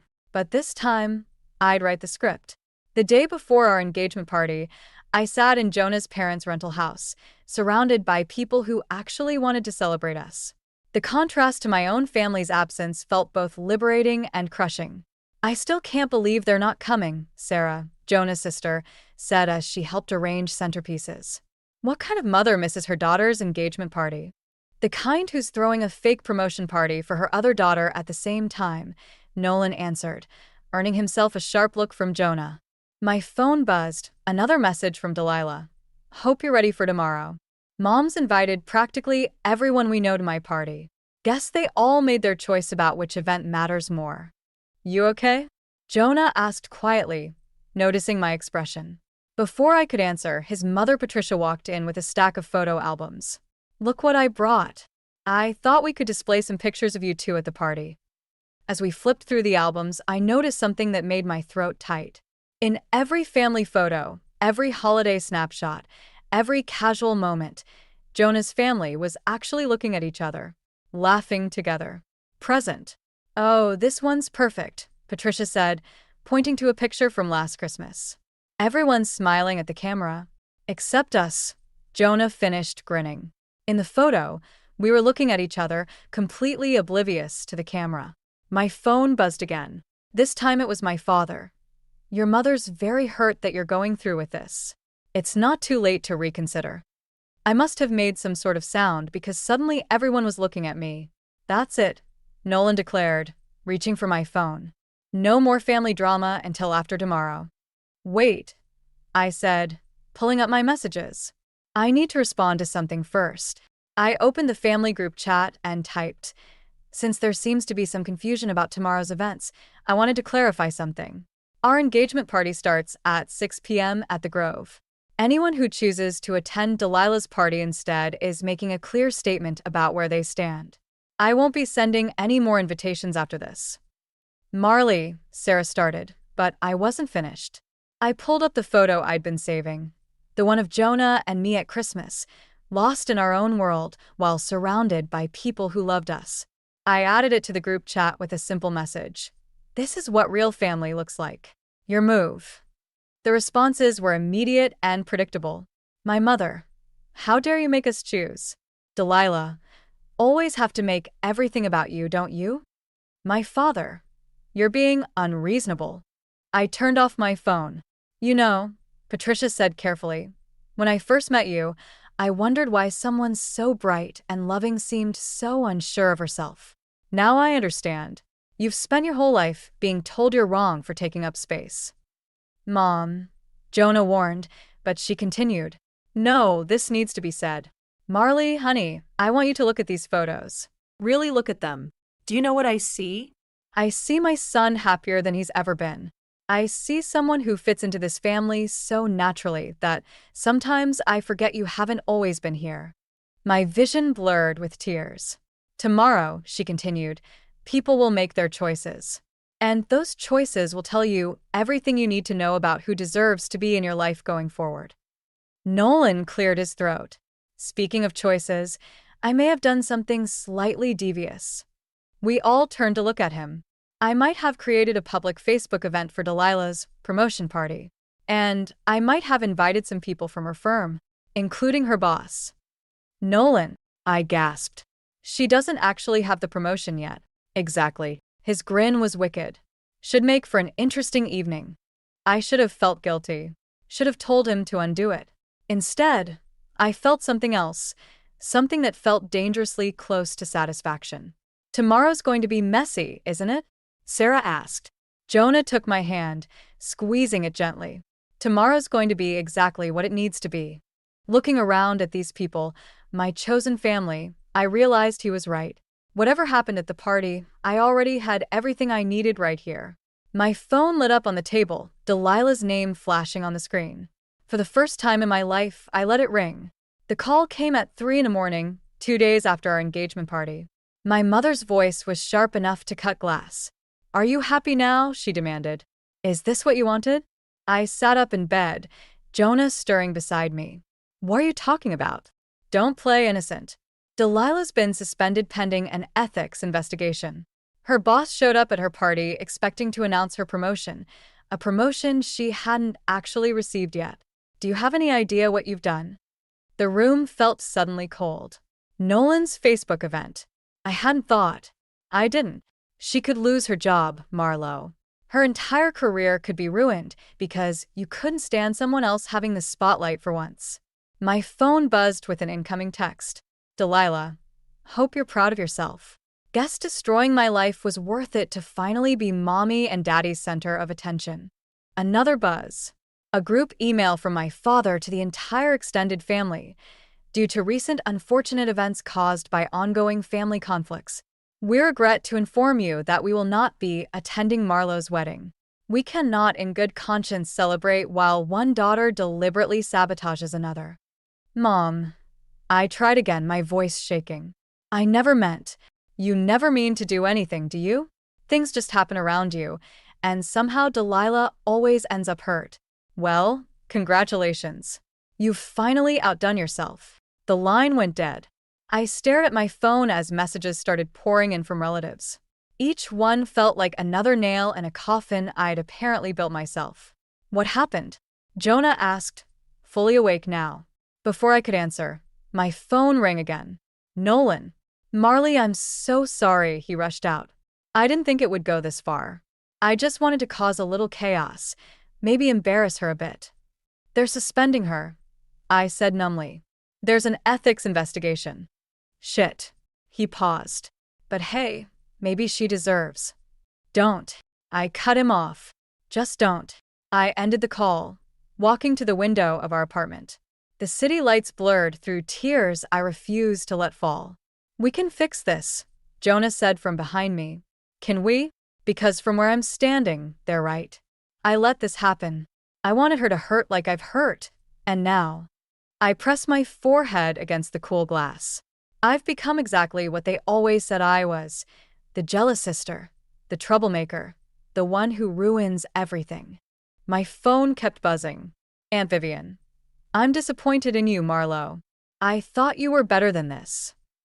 Delilah again. Attached is the official suspension notice. Hope it was worth it. By the way, I made sure everyone at work knows exactly who's responsible for this little stunt. This isn't your fault, Jonah insisted. You didn't create that event. But I knew about it. I could have stopped it. Instead, I sat there and felt glad. The admission tasted like ash in my mouth. What kind of person does that make me? He reached for me, but I stepped away. I need some air. Outside, the pre-dawn streets were empty. I walked without direction, my phone continuing its steady stream of accusations and condemnations. Each message painted a clearer picture of who I'd become, someone who'd let revenge poison everything it touched. A final text from my mother. Delilah's in tears. She may lose everything she's worked for. I hope you're satisfied with what your pettiness has accomplished. Don't contact us again.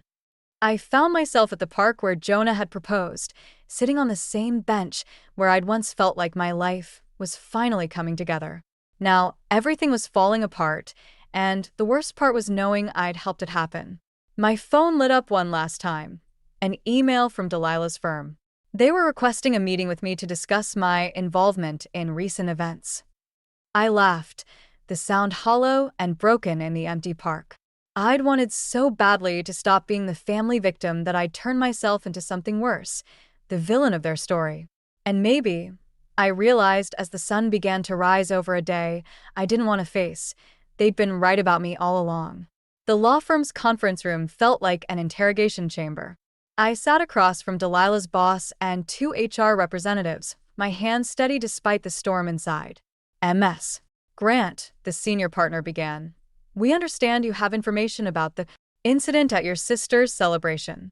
Before I could respond, the door burst open. Delilah stormed in, our mother right behind her. You don't get to do this, Delilah snarled. You don't get to sit there and play victim after what you did. MS. Grant. The younger Ms. Grant. The HR director interjected. This meeting was meant to be private. No, I said, surprising myself. Let them stay. I think it's time we all heard the truth. Delilah laughed, that sharp, cruel sound I'd grown up dreading. The truth? You mean how you orchestrated this whole thing to ruin my career because you couldn't stand me getting a promotion? You didn't have the promotion, I said quietly. That's the truth you're running from. I was going to get it. Richard practically promised. I didn't create that Facebook event. I cut in, turning to the senior partner. But I did bring something else. I pulled out my phone, playing the voice message Delilah had left me last week. You think you're so special with your perfect engagement and your perfect fiancé? I told Richard the first already had the promotion. I told everyone, because I knew once I announced it, they'd have to give it to me. They always give me what I want. The room went deadly quiet. You recorded me? Delilah whispered. No. You recorded yourself. Every threatening message, every admission, every lie, you documented it all. I just saved them. Marlo, my mother warned, but I wasn't finished. I also have the texts where you admitted to spreading rumors about my engagement being called off. The ones where you threatened to make me pay for not canceling my party. Would you like me to share those too? Delilah's face had gone white. You're lying. Am I? I turned back to the senior partner. I came here today because I wanted you to know something. I didn't expose Delilah's lie about the promotion. She did that herself, by throwing a celebration for something she hadn't earned. By trying so hard to hurt me, she ended up hurting herself. This is ridiculous, my mother interjected. Delilah would never. Check her work emails, I said to the HR director. Check the dates. She started telling clients about her promotion weeks ago, making promises she couldn't keep, taking meetings she wasn't authorized to take. Delilah lunged across the table, but security was faster. As they escorted her out, she screamed, You've always been jealous, always trying to take what's mine. No, I said, standing. I just stopped letting you take what's mine.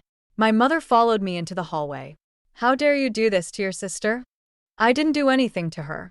I just stopped protecting her from the consequences of her own actions. And yours. What's that supposed to mean? It means I'm done, Mom.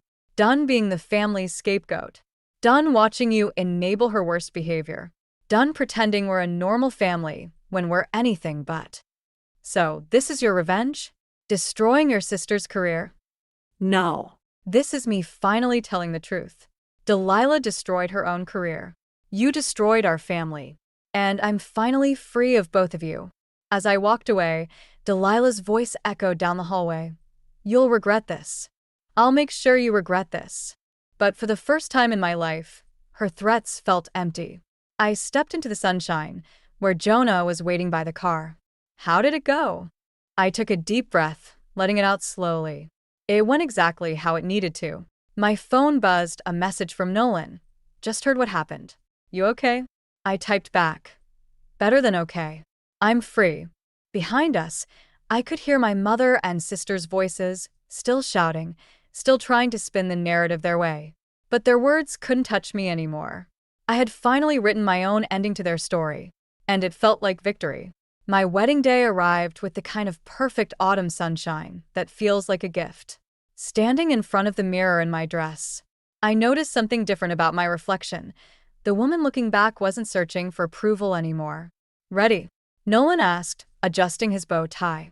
As my man of honor, he'd taken his duties seriously, including intercepting 3 separate attempts by my mother to contact me in the past week. Almost. I touched the empty space where my mother's pearls should have been, the ones she'd promised to every bride in our family. Instead, I wore Patricia's sapphire earrings, something borrowed that felt more like something found. The ceremony space at the Grove looked nothing like Delilah's failed party 6 months ago.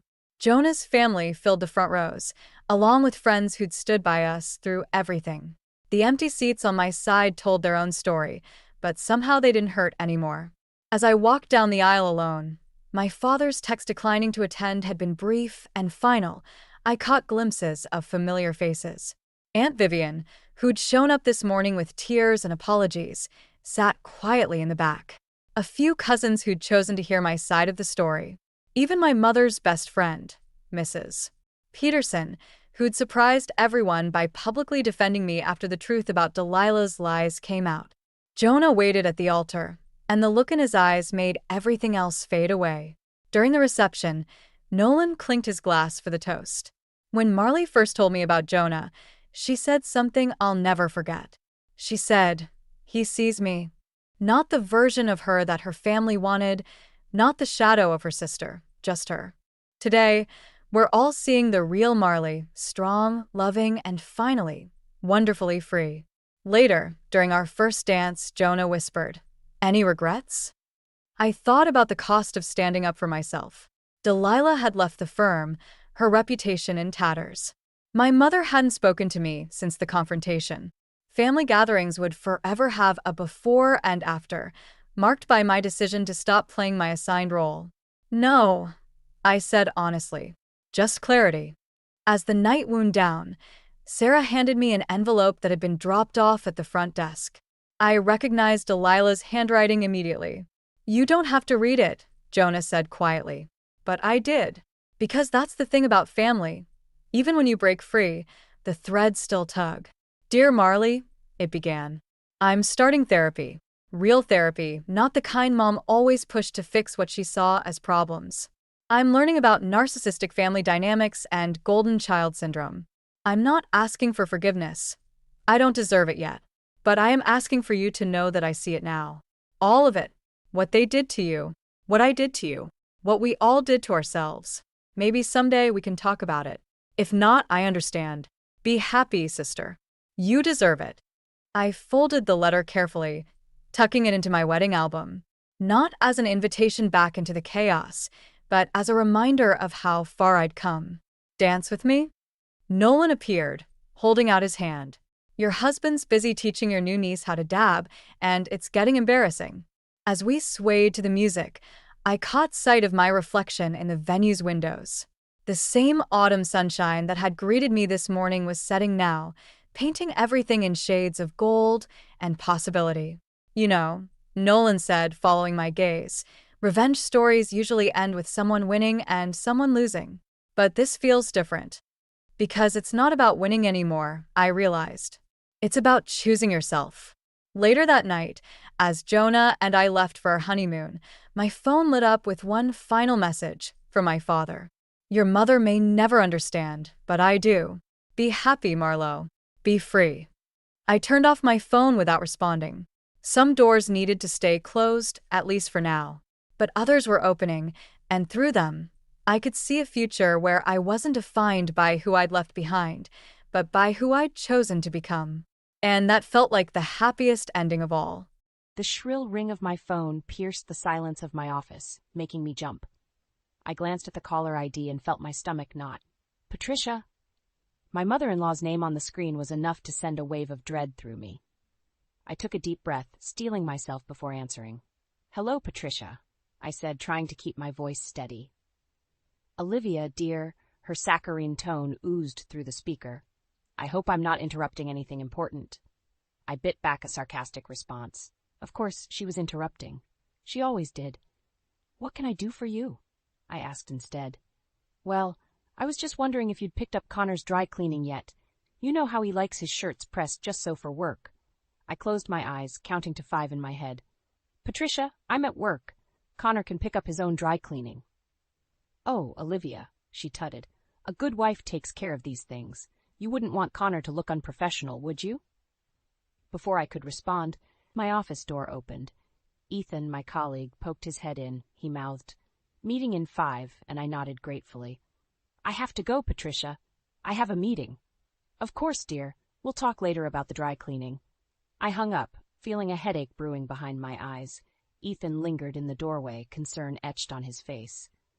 "Everything okay?" he asked. I forced a smile. "Just the usual mother-in-law drama." Ethan shook his head. "I don't know how you put up with it. You're a saint, Olivia." If only he knew. If only anyone knew the half of what I dealt with daily. I gathered my notes for the meeting, trying to push thoughts of Patricia out of my mind. As we walked to the conference room, Ethan leaned in. "Hey, a bunch of us are going for drinks after work. Want to join?" The offer was tempting, a chance to unwind, to be around people who actually appreciated me, but I knew what awaited me at home if I was late. "I can't," I said, regret coloring my voice. "Connor's expecting me." Ethan's disappointment was palpable, but he nodded understandingly. The meeting dragged on, but my mind was elsewhere. I thought about Connor, about how he'd react if he knew the truth about my job, about how much I really made. It was a secret I'd kept for years, partly out of habit, partly out of fear of Patricia's reaction. As I drove home that evening, my phone buzzed with a text from Connor. "Mom's coming over for dinner. Pick up some wine?" I gripped the steering wheel tighter, my knuckles turning white. Of course, Patricia was coming over. She always found a way to insert herself into our lives. I walked into our house, arms laden with groceries and the requested wine. The sound of Patricia's laughter drifted from the kitchen, along with the aroma of something burning. "Olivia, dear," Patricia called out. "We're in here. I'm just showing Connor how to properly cook a roast. The poor boy's been living off your attempts at cooking for far too long." I set the bags down, taking a moment to compose myself before entering the kitchen. Connor stood by the stove, looking lost, while Patricia fussed over a blackened piece of meat. "Hi, honey," Connor said, giving me a quick peck on the cheek. "Mom's teaching me how to cook." I forced a smile. "That's great. I brought wine." Patricia clucked her tongue. "Oh, Olivia, you know Connor prefers beer with his dinner. Wine is so pretentious." I felt something snap inside me. The stress of the day, the constant criticisms, it all came to a head. "Actually," I said, my voice tight, "I brought the wine for me. I think I'm going to need it." The kitchen fell silent. Connor looked bewildered, while Patricia's eyes narrowed. I knew I'd pay for that comment later, but for now, I savored the small victory. As I poured myself a generous glass of wine, I couldn't help but wonder how long I could keep living like this. Something had to give. And soon. I never imagined my life could get worse, but fate has a twisted sense of humor. It was a crisp Sunday morning when Connor dropped the bombshell. "Honey," he said, his voice hesitant, "Mom's lease is up, and she's having trouble finding a new place. I told her she could stay with us for a while." The mug I was holding slipped from my grasp, shattering on the kitchen floor. Coffee splattered everywhere, but I barely noticed. "You did what?" I whispered, my voice barely audible. Connor rushed to clean up the mess, avoiding my gaze. "It's just temporary, Olivia. She's family. We can't leave her without a place to stay." I stood there, frozen, as the reality of the situation sank in. Patricia, living with us. The thought made me physically ill. "When?" I managed to ask. "She's moving in today," Connor replied, still not meeting my eyes. Before I could respond, the doorbell rang. Connor practically sprinted to answer it, leaving me alone in the kitchen, surrounded by broken ceramic and spilled coffee. Patricia's voice floated through the house, saccharine sweet. "Oh, Connor, darling! Thank you so much for this. You're such a good son." I took a deep breath, plastered on a fake smile, and went to greet my new housemate. The next few days were a blur of passive-aggressive comments and thinly veiled insults. Patricia had taken over our guest room, but her presence seemed to fill every corner of the house. One evening, as I was preparing dinner, Patricia sauntered into the kitchen. "Olivia, dear," she said, her tone dripping with false concern, "don't you think those pants are a bit tight? A woman your age should be more mindful of her figure." I gripped the knife I was using to chop vegetables tighter. "My pants are fine, Patricia," I said through gritted teeth. She tsked. "If you say so, dear. I just worry about Connor. Men can be so easily tempted when their wives let themselves go." Before I could retort, Connor walked in. "Something smells great," he said, oblivious to the tension. Patricia beamed at him. "I was just giving Olivia some fashion advice. You know how I worry about you two." Connor laughed. "Mom, you don't need to worry about us. Olivia and I are fine." I turned back to the stove, fighting back tears of frustration. We were not fine. We were far from fine. The next morning, I woke up to find Patricia rearranging our living room. She had moved all the furniture and was hanging new curtains. "Patricia," I said, trying to keep my voice level, "what are you doing?" She turned, a picture of innocence.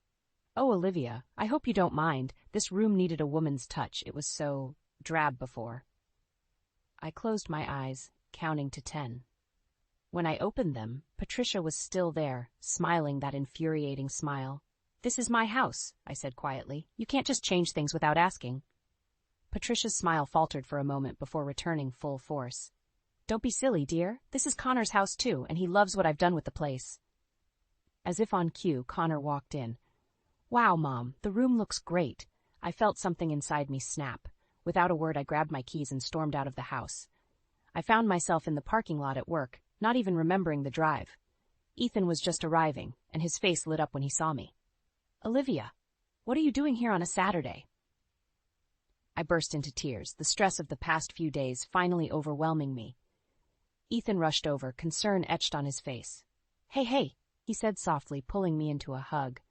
"What's wrong?" Through my sobs, I managed to explain the situation. Ethan listened, his face growing darker with each word. "Olivia," he said when I finished, "you can't keep living like this. It's not healthy."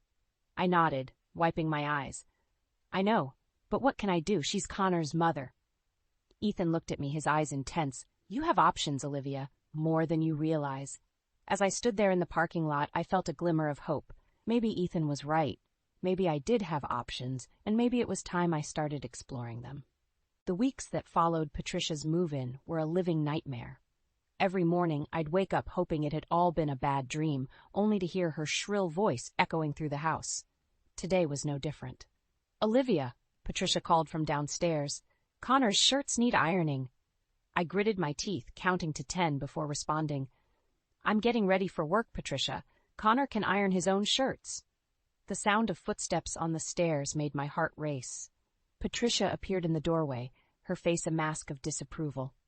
"A good wife takes care of her husband," she said, her voice dripping with condescension. "But I suppose that's too much to ask of you." Before I could retort, Connor appeared behind his mother. "It's okay, Mom. I can do it myself." Patricia turned to him, all sweetness and light. "Oh, honey, you shouldn't have to. That's what wives are for." I felt something snap inside me. "That's it," I said, my voice low and dangerous. "I'm leaving for work. Don't wait up." I brushed past them both, ignoring Connor's confused calls. As I slammed the front door behind me, I felt a mixture of relief and guilt. Relief to be away from Patricia's constant criticism, guilt for leaving Connor to deal with her alone. At work, I threw myself into my projects, desperate for any distraction.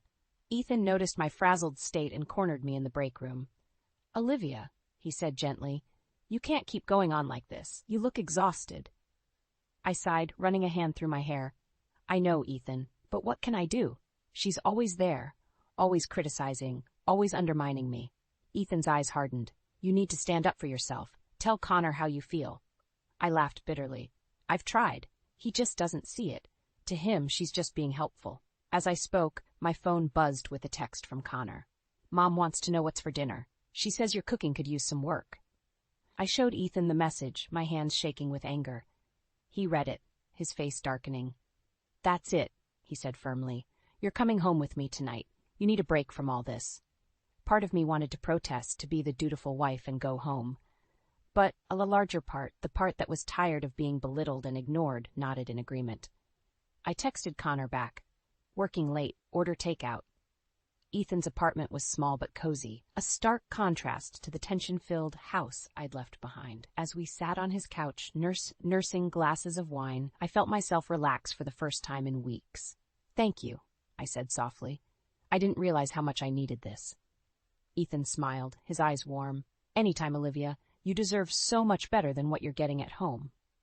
As the night wore on, I found myself opening up to Ethan in a way I hadn't with anyone in years.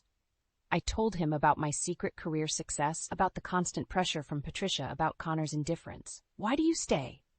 Ethan asked, his voice gentle but probing. I stared into my wine glass, searching for an answer.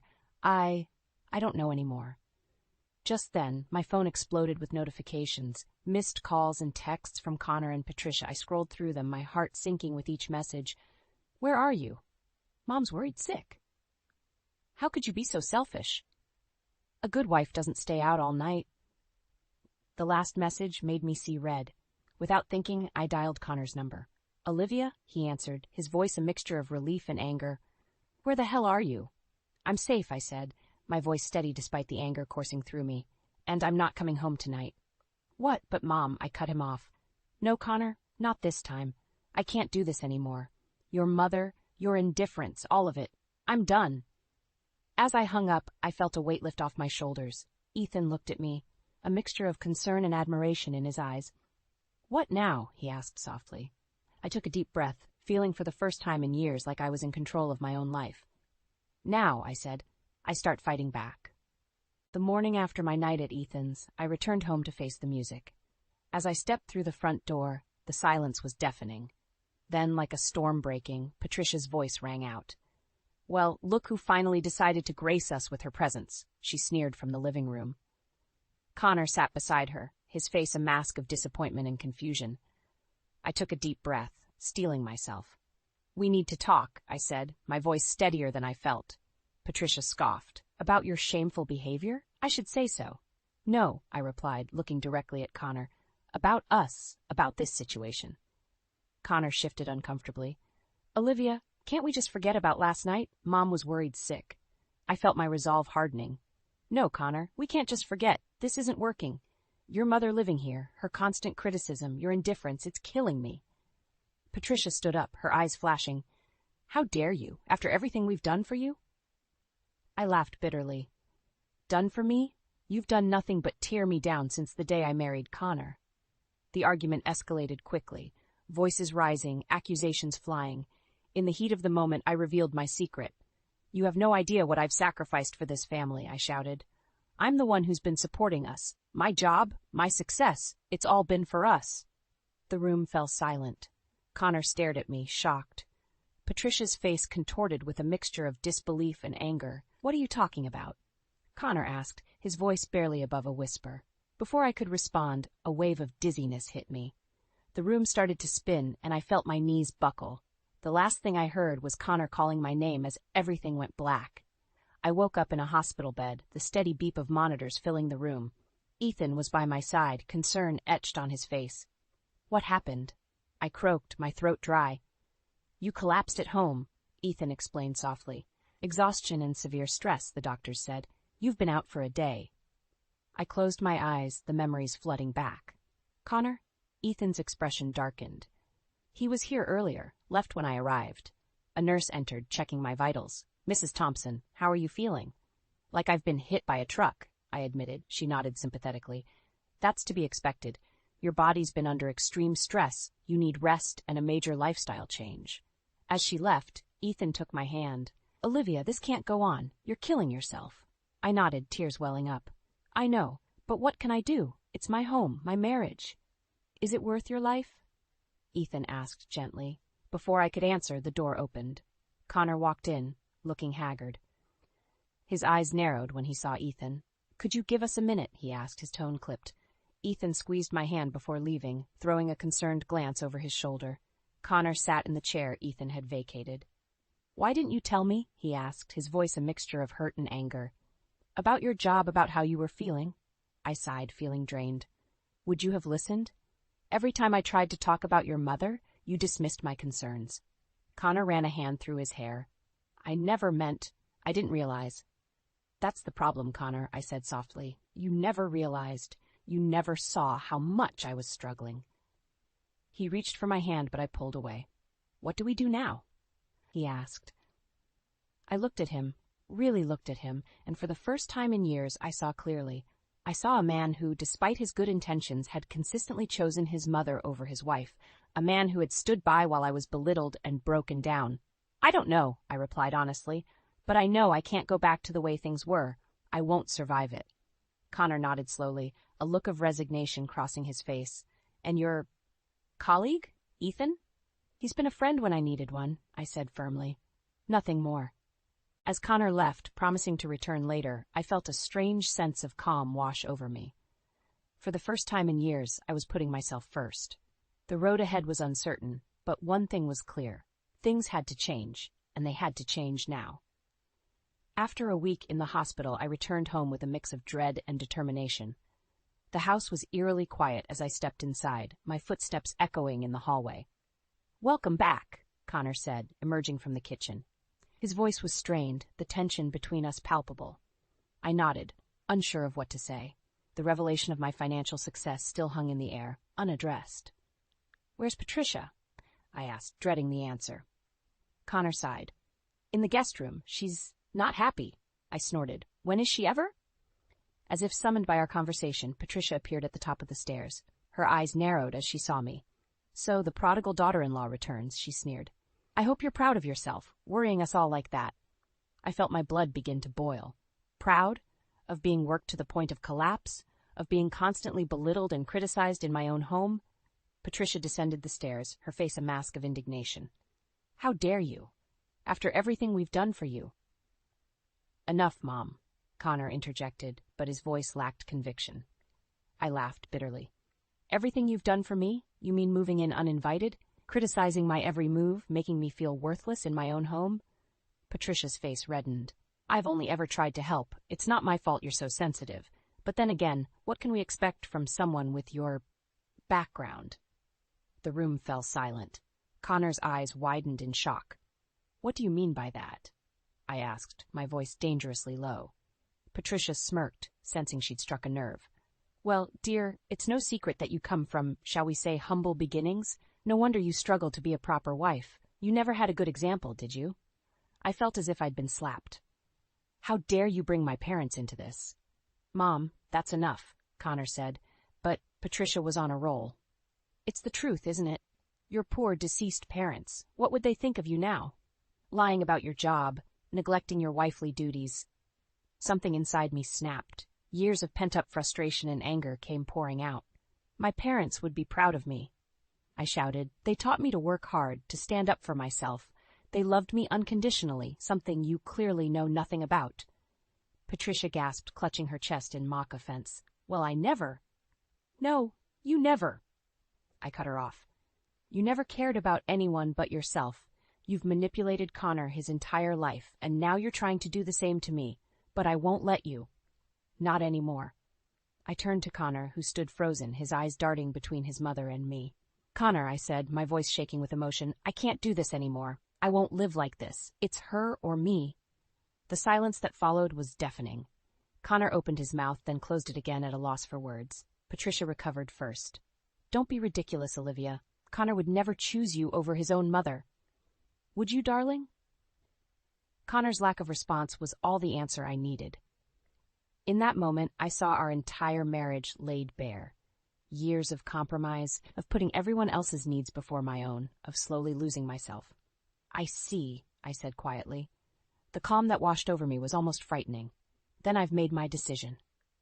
I walked past them both, heading for the stairs. Connor finally found his voice. "Olivia, wait, where are you going?" I paused, looking back at them. Patricia stood triumphant, while Connor looked lost and confused. "I'm packing my bags," I said. "I'm leaving." As I climbed the stairs, I heard Patricia's smug voice. "Good riddance, you'll be back, begging for forgiveness." But I knew I wouldn't. For the first time in years, I felt free. The road ahead was uncertain, but anything was better than staying in this toxic environment. As I threw clothes into a suitcase, I made a silent promise to myself. No more compromising my worth, no more letting others dictate my life. It was time to reclaim my independence, my self-respect, and my happiness. The Olivia who walked out of that house was not the same one who had entered it years ago. She was stronger, wiser, and ready to face whatever came next, alone if necessary. I stood in the lobby of the law firm, my heart pounding. This was it, the point of no return. I'd spent the last week in a hotel, ignoring Connor's calls and texts, steeling myself for this moment. As I rode the elevator to the 15th floor, I replayed the events that led me here, each floor bringing a new memory of hurt and disappointment. The receptionist ushered me into a plush office where a stern-faced woman sat behind an imposing desk. "Mrs. Thompson," she greeted, gesturing for me to sit. "I'm Margaret Winters. You're here to discuss divorce proceedings?" I nodded, my throat suddenly dry. "Yes, I can't continue in my marriage." As we discussed the details, I felt a strange mix of relief and sadness. This was the end of a chapter in my life, but also the beginning of a new one. Halfway through our meeting, my phone buzzed incessantly. Connor's name flashed on the screen. I silenced it, but the interruption had shaken me. "Is everything all right?" Margaret asked, her eyes sharp. I took a deep breath. "Yes, it's just my husband. He doesn't know I'm here." Margaret's expression softened slightly. "Mrs. Thompson, are you sure about this? Divorce is a big step." "I'm sure," I said, my voice stronger than I felt. "I can't live like this anymore." As we wrapped up the meeting, my phone buzzed again. This time it was Ethan. "Olivia, where are you?" "Connor's here at the office looking for you. He seems really upset." My blood ran cold.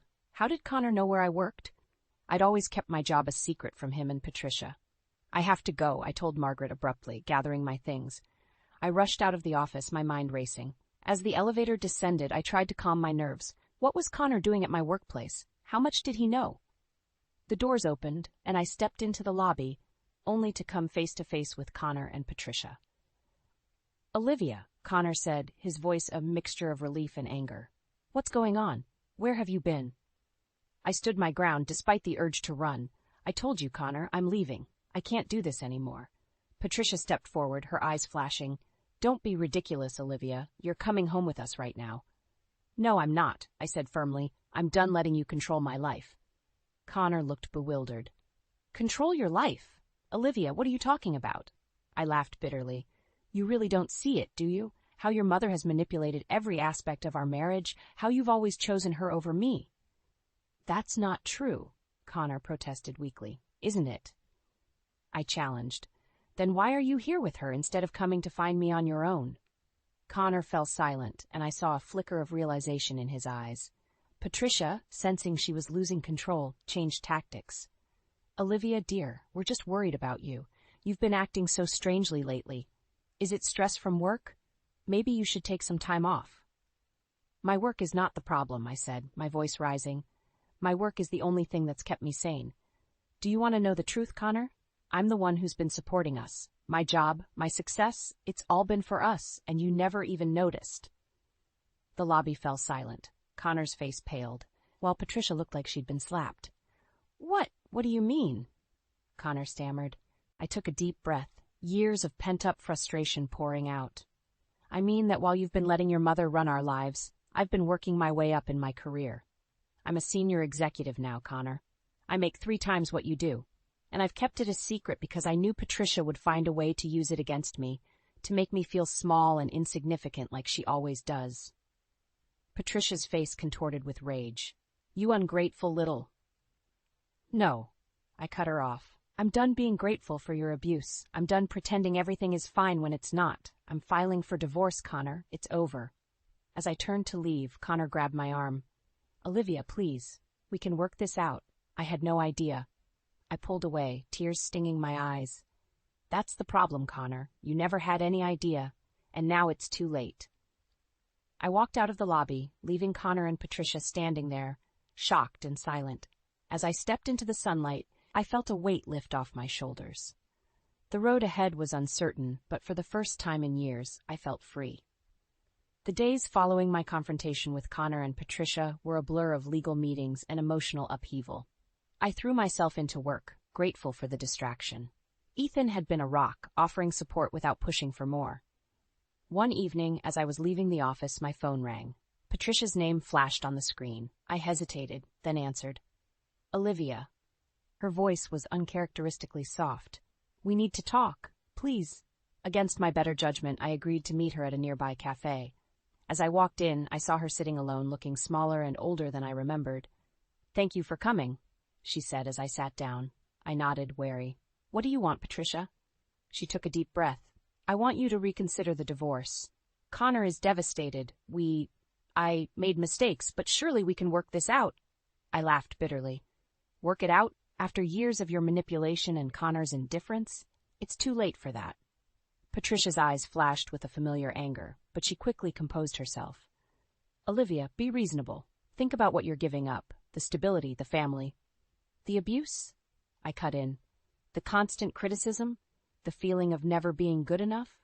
I was trying to help, Patricia protested.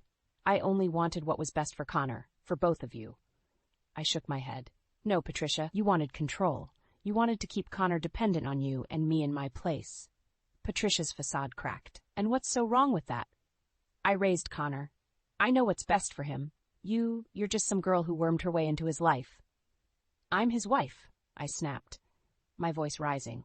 Or at least, I was. I loved him, supported him, built a life with him, and you couldn't stand it. Patricia leaned forward, her voice low and urgent. Listen to me, Olivia. You don't understand what you're doing. Connor, he's not as strong as you think. He needs me. He needs us. Suddenly I understood. This isn't about Connor at all, is it? It's about you. You're afraid of losing the lifestyle. Patricia's desperation turned to anger. You ungrateful little bitch. After everything I've done for you, this is how you repay me? By abandoning my son? The cafe fell silent, all eyes on us. I felt a lifetime of pent-up emotions bubbling to the surface. Done for me? I said, my voice dangerously low. You've done nothing but tear me down since the day I married Connor. You've criticized my cooking, my housekeeping, my career. You've manipulated Connor against me at every turn. And now you have the audacity to act like I owe you something? Patricia stood up, her face red with rage. You'll regret this, Olivia. You think you can just walk away? I'll make sure you lose everything in this divorce. Everything. I laughed, a sound that surprised even me. Go ahead and try, Patricia. I'm not afraid of you anymore. As I turned to leave, Patricia called out one last time. He'll never let you go, you know. Connor will fight this divorce every step of the way. I paused at the door, looking back at the woman who had made my life hell for so long. Then let him fight. I'm done being the victim in this story. Walking out of that cafe, I felt lighter than I had in years. The road ahead would be difficult, I knew that. But for the first time, I was ready to face it on my own terms. No more compromises, no more sacrifices. It was time to reclaim my life, whatever the cost. 6 months after my confrontation with Patricia, I stood in my new apartment, surrounded by boxes and the promise of a fresh start. The divorce had been finalized last week, and despite Connor's initial threats, it had gone smoother than I'd expected. My financial success had been my ace in the hole, leaving Patricia and Connor with no leverage. As I unpacked, my phone buzzed. It was Ethan.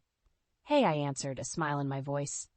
How's the unpacking going? He asked. Slowly but surely, I replied. Want to come over and help? There was a pause.